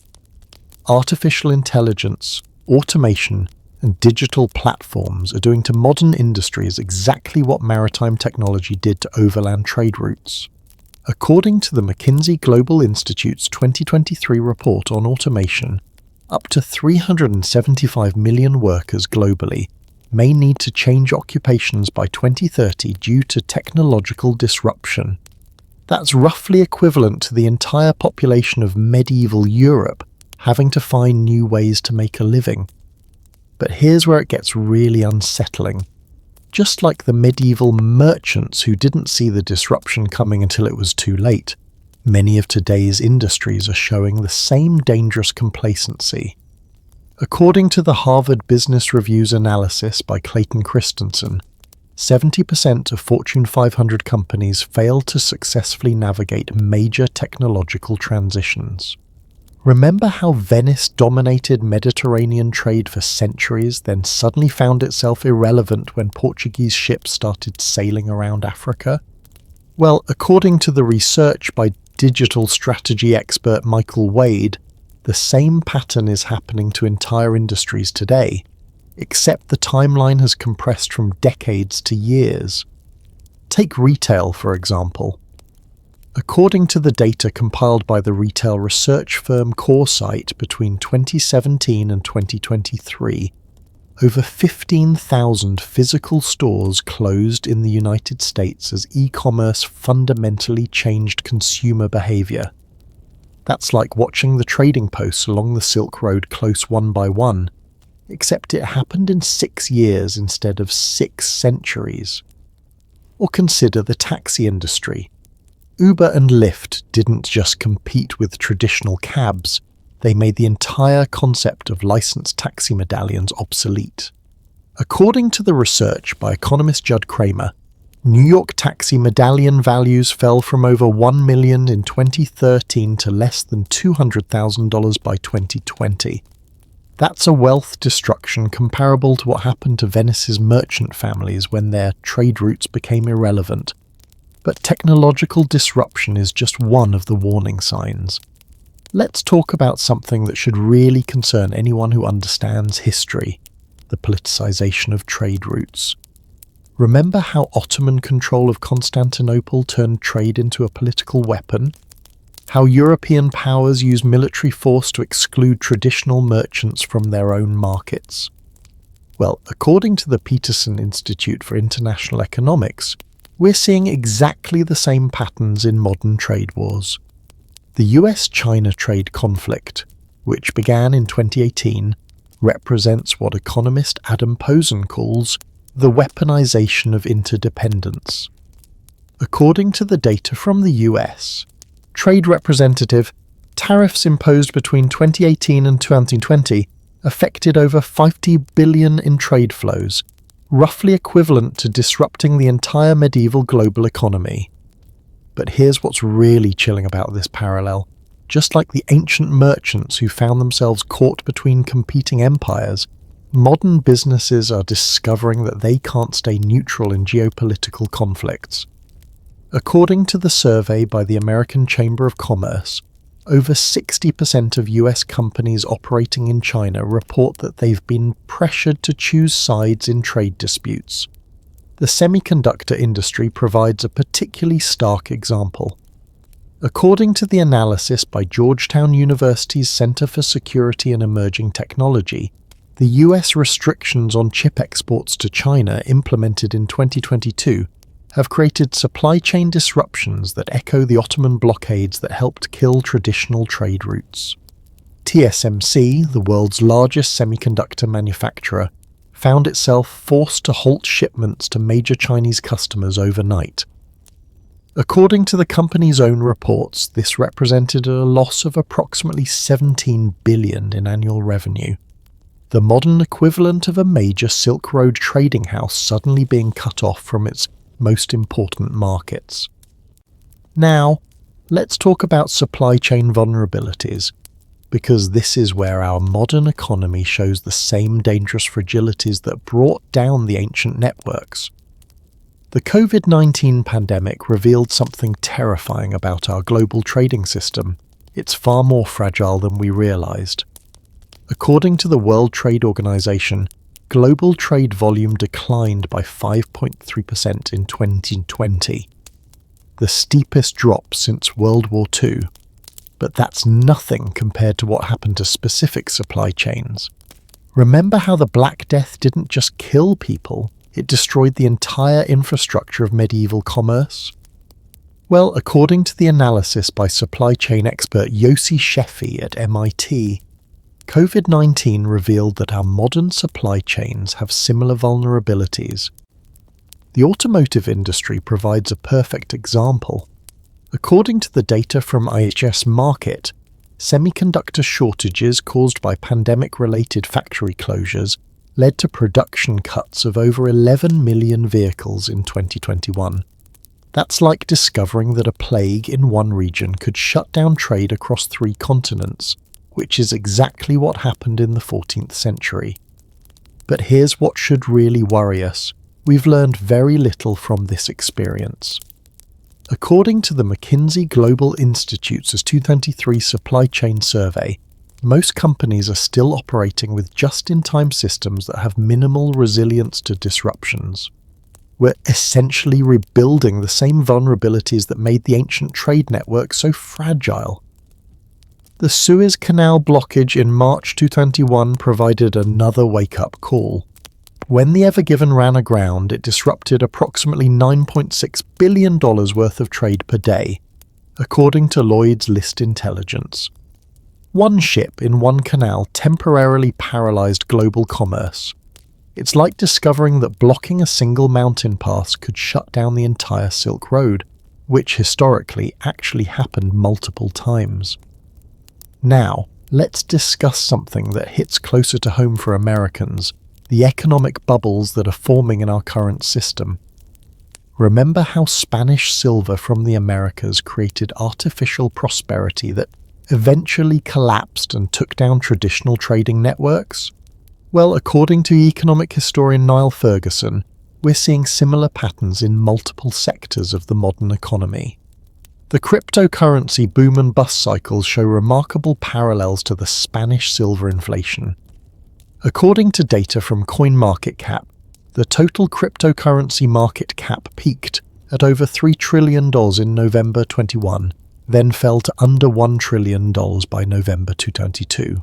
That's wealth destruction on a scale comparable to what happened when Spanish silver production declined and the global economy that had become dependent on it crashed. The housing market provides another concerning parallel.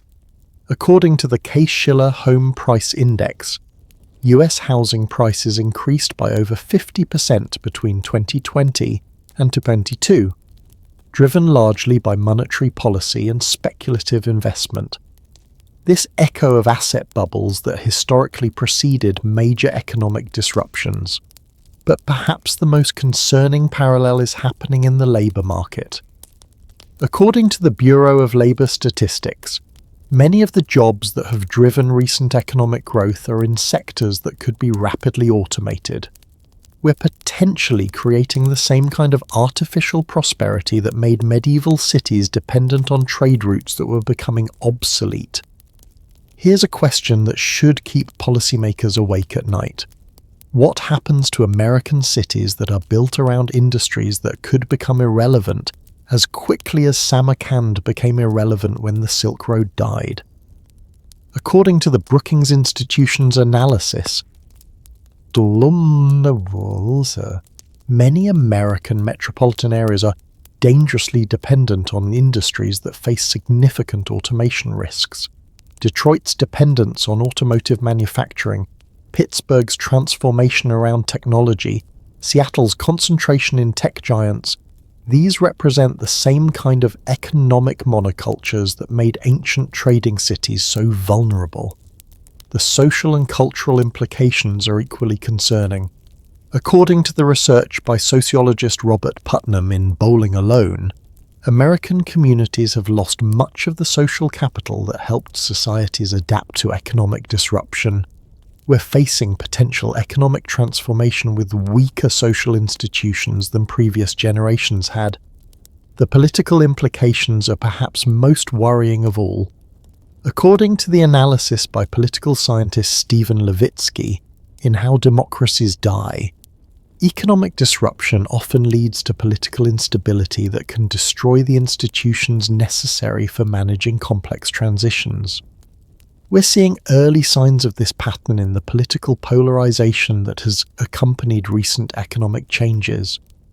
But here's what gives me hope, and this is where we can learn from the merchants and communities that successfully adapted to historical changes. Some of the ancient trading networks didn't just collapse, they evolved. Remember how Venice reinvented itself as a luxury destination? According to the economic analysis by historian Frederick Lane, Venice's transformation was successful because they recognized change early and adapted their competitive advantages to new circumstances. Modern examples of successful adaptation are all around us. According to the Harvard Business Review's analysis, companies that successfully navigate technological disruption typically share certain characteristics with the adaptive merchants of history.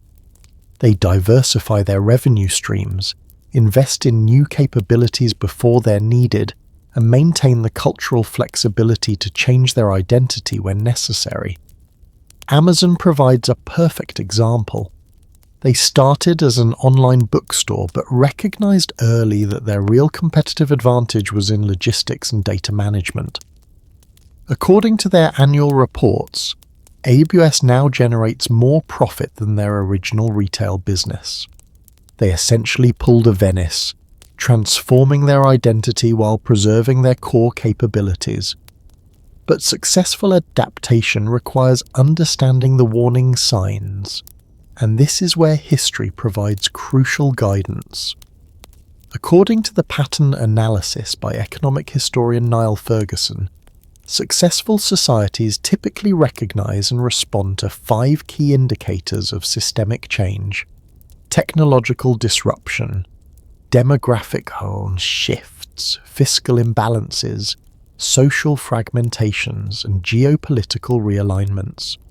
The United States is currently experiencing all 5 simultaneously.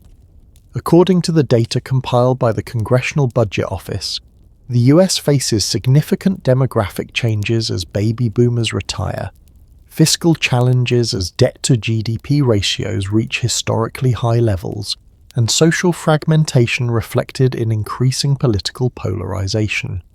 The geopolitical realignments are perhaps most obvious: the rise of China, the reassertion of Russia, the changing role of traditional allies. According to the analysis by the Council on Foreign Relations, we're seeing the most significant shift in global power structures since the end of World War II. So what can we learn from the merchants who watched their worlds disappear? What would Ibrahim ibn Yusuf al-Dimashqi, Maria Paleologos, or Jiang Wei advise us if they could see our current situation? First, they would tell us not to assume that current arrangements are permanent. According to the historical analysis by economist Joseph Schumpeter, the most dangerous assumption is that successful systems will continue to be successful without adaptation. Second, they would advise us to invest in adaptability rather than just efficiency. The medieval merchants who survived were those who maintained diverse skill sets and multiple revenue streams. According to modern organizational research by MIT's Peter Senge, resilient systems prioritize redundancy and flexibility over pure optimization. Third, they would warn us about the danger of economic monocultures. The cities that died when trade routes shifted were those that had become dependent on single industries or relationships. According to economic development research by Harvard's Ricardo Hausman, regional economies with greater diversity show significantly better resilience to economic shocks. Fourth, they would emphasize the importance of maintaining cultural and intellectual capital, even when it seems economically irrelevant. The knowledge that seemed useless when the Silk Road died became valuable when historians began trying to understand what had been lost. Finally, they would stress the importance of human relationships and social capital in navigating economic transitions. According to sociological research by James Coleman, communities with stronger social networks show better outcomes during periods of economic disruption. The question facing America, and really facing all of us, is whether we'll learn from these historical patterns or repeat them. The ancient trade routes didn't have to die the way they did. Different political choices, Different technological adaptations, different social responses might have led to very different outcomes.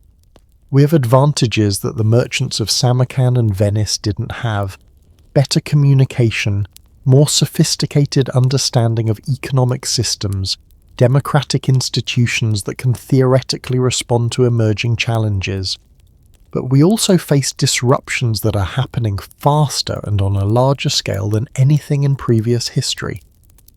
The next few decades will likely determine whether our current global trading system goes the way of the Silk Road or finds ways to evolve and adapt. And that story is still being written by the choices we make today. As we prepare to close this long journey through the graveyards of ancient commerce, there's one final chapter that might surprise you. Because while we've spent hours exploring how great trading networks died, there's something remarkable happening right now that suggests the story doesn't have to end with loss and forgetting. The same forces that destroyed the old highways are also creating the possibility for entirely new kinds of connections: digital silk roads, Arctic shipping routes, and networks that would have seemed like magic to the merchants whose stories we've been telling. The phoenix is stirring in the ashes of the old world, and what it becomes might be more extraordinary than anything that came before. But sometimes, just when you think a story has ended, something magical happens. Sometimes the phoenix doesn't just rise from the ashes, it soars higher than the original bird ever dreamed possible.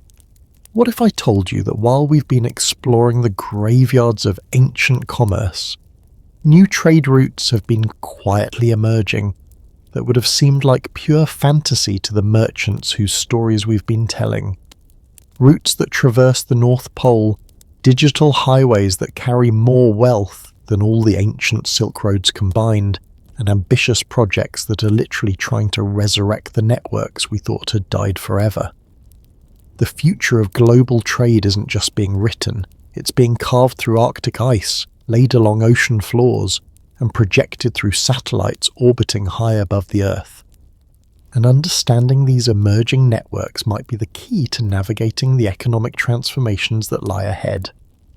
Let me start with something that's going to sound like science fiction, but is actually happening right now as we speak.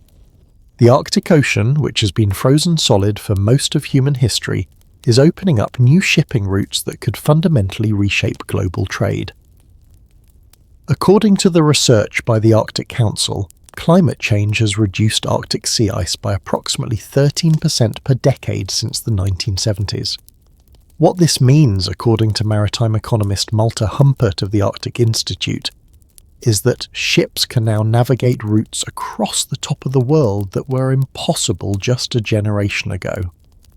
The Northern Sea Route, which runs along the Russian coast, can cut shipping time between Europe and Asia by up to 15 days compared to the traditional Suez Canal route. According to the Russian shipping data analysed by Reuters, cargo transit through this route increased by over 300% between 2017 and 23. Think about the implications for a moment. We're witnessing the birth of entirely new highways of global commerce, created not by human engineering but by planetary climate change. It's like discovering that a new continent has appeared between Asia and Europe, except this continent is made of newly navigable water. But here's what's really remarkable about these Arctic routes. They're creating the same kind of geopolitical tensions that surrounded the ancient trade routes we've been exploring. According to the analysis by the Council on Foreign Relations, Russia, China, and the United States are all positioning themselves to control or influence these emerging Arctic shipping lanes. Russia has been particularly aggressive, establishing new military bases and icebreaker fleets specifically to assert control over the Northern Sea Route. According to the data from the Russian nuclear icebreaker fleet, Russia operates over 60 icebreakers compared to just 2 operated by the United States. They're essentially trying to become the new Venice of the Arctic, controlling access to these emerging trade highways.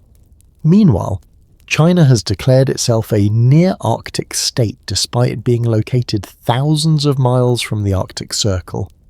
According to China's official Arctic policy published in 2018, they envision what they call a Polar Silk Road that would integrate Arctic shipping routes with their broader Belt and Road initiative.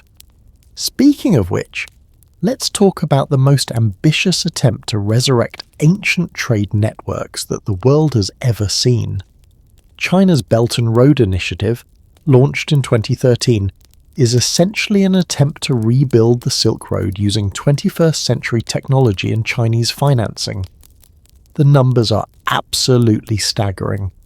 According to the research by the American Enterprise Institute, as of 23, China has committed over $1 trillion to Belt and Road projects spanning 70 countries.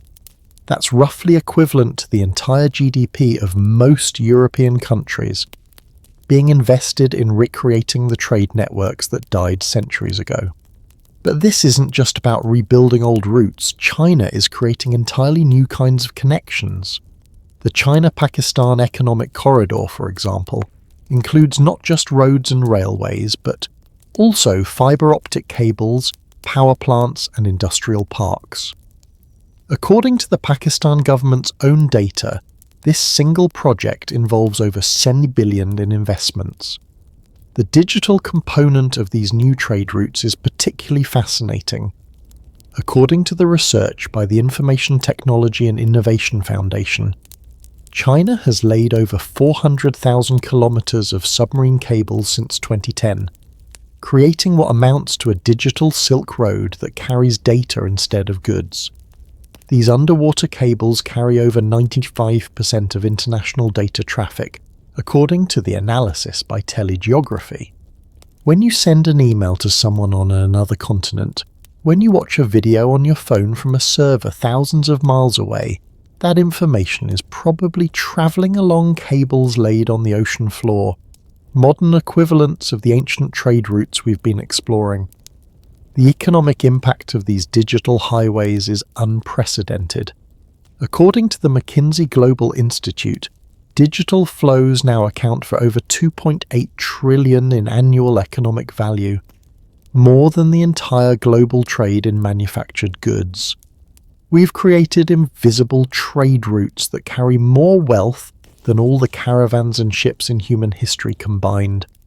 But here's what's most remarkable about these emerging networks. They're showing us that the fundamental human drive to connect, to trade, to exchange ideas and goods across vast distances hasn't disappeared. It's just finding new expressions that would have seemed like magic to the merchants of Samarkand or Venice. Take the internet itself. It's essentially a global trading network for information, operating on principles that would be familiar to any Silk Road merchant. There are digital equivalents of trading posts, servers, transportation networks, fibre optic cables, and even custom systems, firewalls and security protocols. According to the analysis by internet economist Brian Arthur, online marketplaces like Amazon and Alibaba are functioning as digital equivalents of the great trading cities of the past. Amazon's annual revenue of over $1 billion would make it one of the wealthiest trading empires in human history if it were a medieval state. But perhaps most importantly, these new networks are reviving something we thought had been lost forever: the cosmopolitan trading culture that characterized the great routes of the past. According to the research by Met economist Erik Brynjolfsson, digital platforms are enabling small businesses to engage in international trade in ways that would have been impossible just decades ago. A craftsperson in rural America can now sell directly to customers in Asia through Etsy. A software developer in India can provide services to clients in Europe through platforms like Upwork. We're seeing the return of the kind of individual merchant networks that characterized the golden age of the Silk Road, except now they operate through fibre optic cables instead of camel caravans. The speed of these connections would have seemed miraculous to ancient merchants. According to the data from Akamai Technologies, The average global internet connection speed has increased by over 30% annually since 2010. Information that would have taken months to travel from China to Europe along the Silk Road now travels in milliseconds. But these new networks are also facing many of the same challenges that brought down their ancient predecessors. Geopolitical tensions are creating digital trade wars, with countries blocking access to platforms and services. According to the analysis by the Freedom House organization, internet freedom has declined globally for 12 consecutive years as governments impose increasing restrictions on digital trade. The parallels to the political disruptions that destroyed ancient trade routes are striking. Just as the Ottomans used their control of Constantinople to extract tribute from merchants, modern governments are using their control of internet infrastructure to influence digital commerce. China's Great Firewall, which blocks access to many Western platforms, is essentially a digital version of the barriers that historical empires erected to control trade. According to the research by the Center for Strategic and International Studies, over 30 countries now impose significant restrictions on cross-border data flows. But here's what gives me hope about these emerging networks. They're showing remarkable resilience and adaptability. When one route is blocked, alternatives quickly emerge. When governments impose restrictions, entrepreneurs find workarounds. The same human creativity that sustained ancient merchants is driving innovation in digital commerce. The cryptocurrency phenomenon, whatever you think of its speculative excesses, represents a fascinating attempt to create new forms of money that can't be controlled by any single government. According to the data from Chainalysis, cross-border cryptocurrency transactions reached over 15 billion in 2003, creating new financial highways that bypass traditional banking systems. Even more promising are the emerging technologies that could create entirely new kinds of trade routes. According to the research by SpaceX, low Earth orbit satellite networks could provide global internet coverage that's not dependent on terrestrial infrastructure. This could create the first truly global trade network that's not controlled by any single country or group of countries. The potential for space-based manufacturing and resource extraction could create trade routes that extend beyond our planet entirely. According to NASA's analysis, asteroid mining could provide access to rare metals worth trillions of dollars. We might be on the verge of creating trade routes that span the solar system. But perhaps most importantly, these emerging networks are teaching us valuable lessons about how to build more resilient trading systems. Unlike the centralized networks that were vulnerable to single points of failure, many new trade routes are deliberately decentralized and redundant. The Internet's packet switching technology, for example, was specifically designed to route around damage or blockages. If one server goes down, traffic automatically reroutes through alternatives. It's like having a Silk Road where every path has dozens of alternative routes. This design philosophy is being applied to physical infrastructure as well. According to the research by the World Economic Forum, modern supply chains are increasingly incorporating multiple suppliers and alternative transportation routes to avoid the vulnerabilities that we saw exposed during the COVID-19 pandemic. The lessons from our historical exploration are being consciously applied by forward-thinking organizations. Companies are diversifying their supplier networks, governments are investing in redundant infrastructure, and international organizations are working to establish rules and standards that can prevent the kind of political disruptions that destroyed ancient trade routes. But the most important lesson from our journey through these vanished highways might be this. Change is inevitable, but destruction isn't. The merchants and communities that survived historical transitions were those that remained adaptable, maintained diverse capabilities, and preserved the knowledge and relationships that would prove valuable in new circumstances. The ancient trade routes we've explored didn't have to die the way they did. Different political choices, different responses to technological change, different approaches to economic disruption might have led to evolution rather than extinction. We have the opportunity to learn from those historical mistakes. We can build trade networks that are more resilient, more inclusive, and more sustainable than anything that came before. We can preserve the best aspects of global connectivity while avoiding the vulnerabilities that brought down previous systems. The story of the great trade routes isn't just about the past.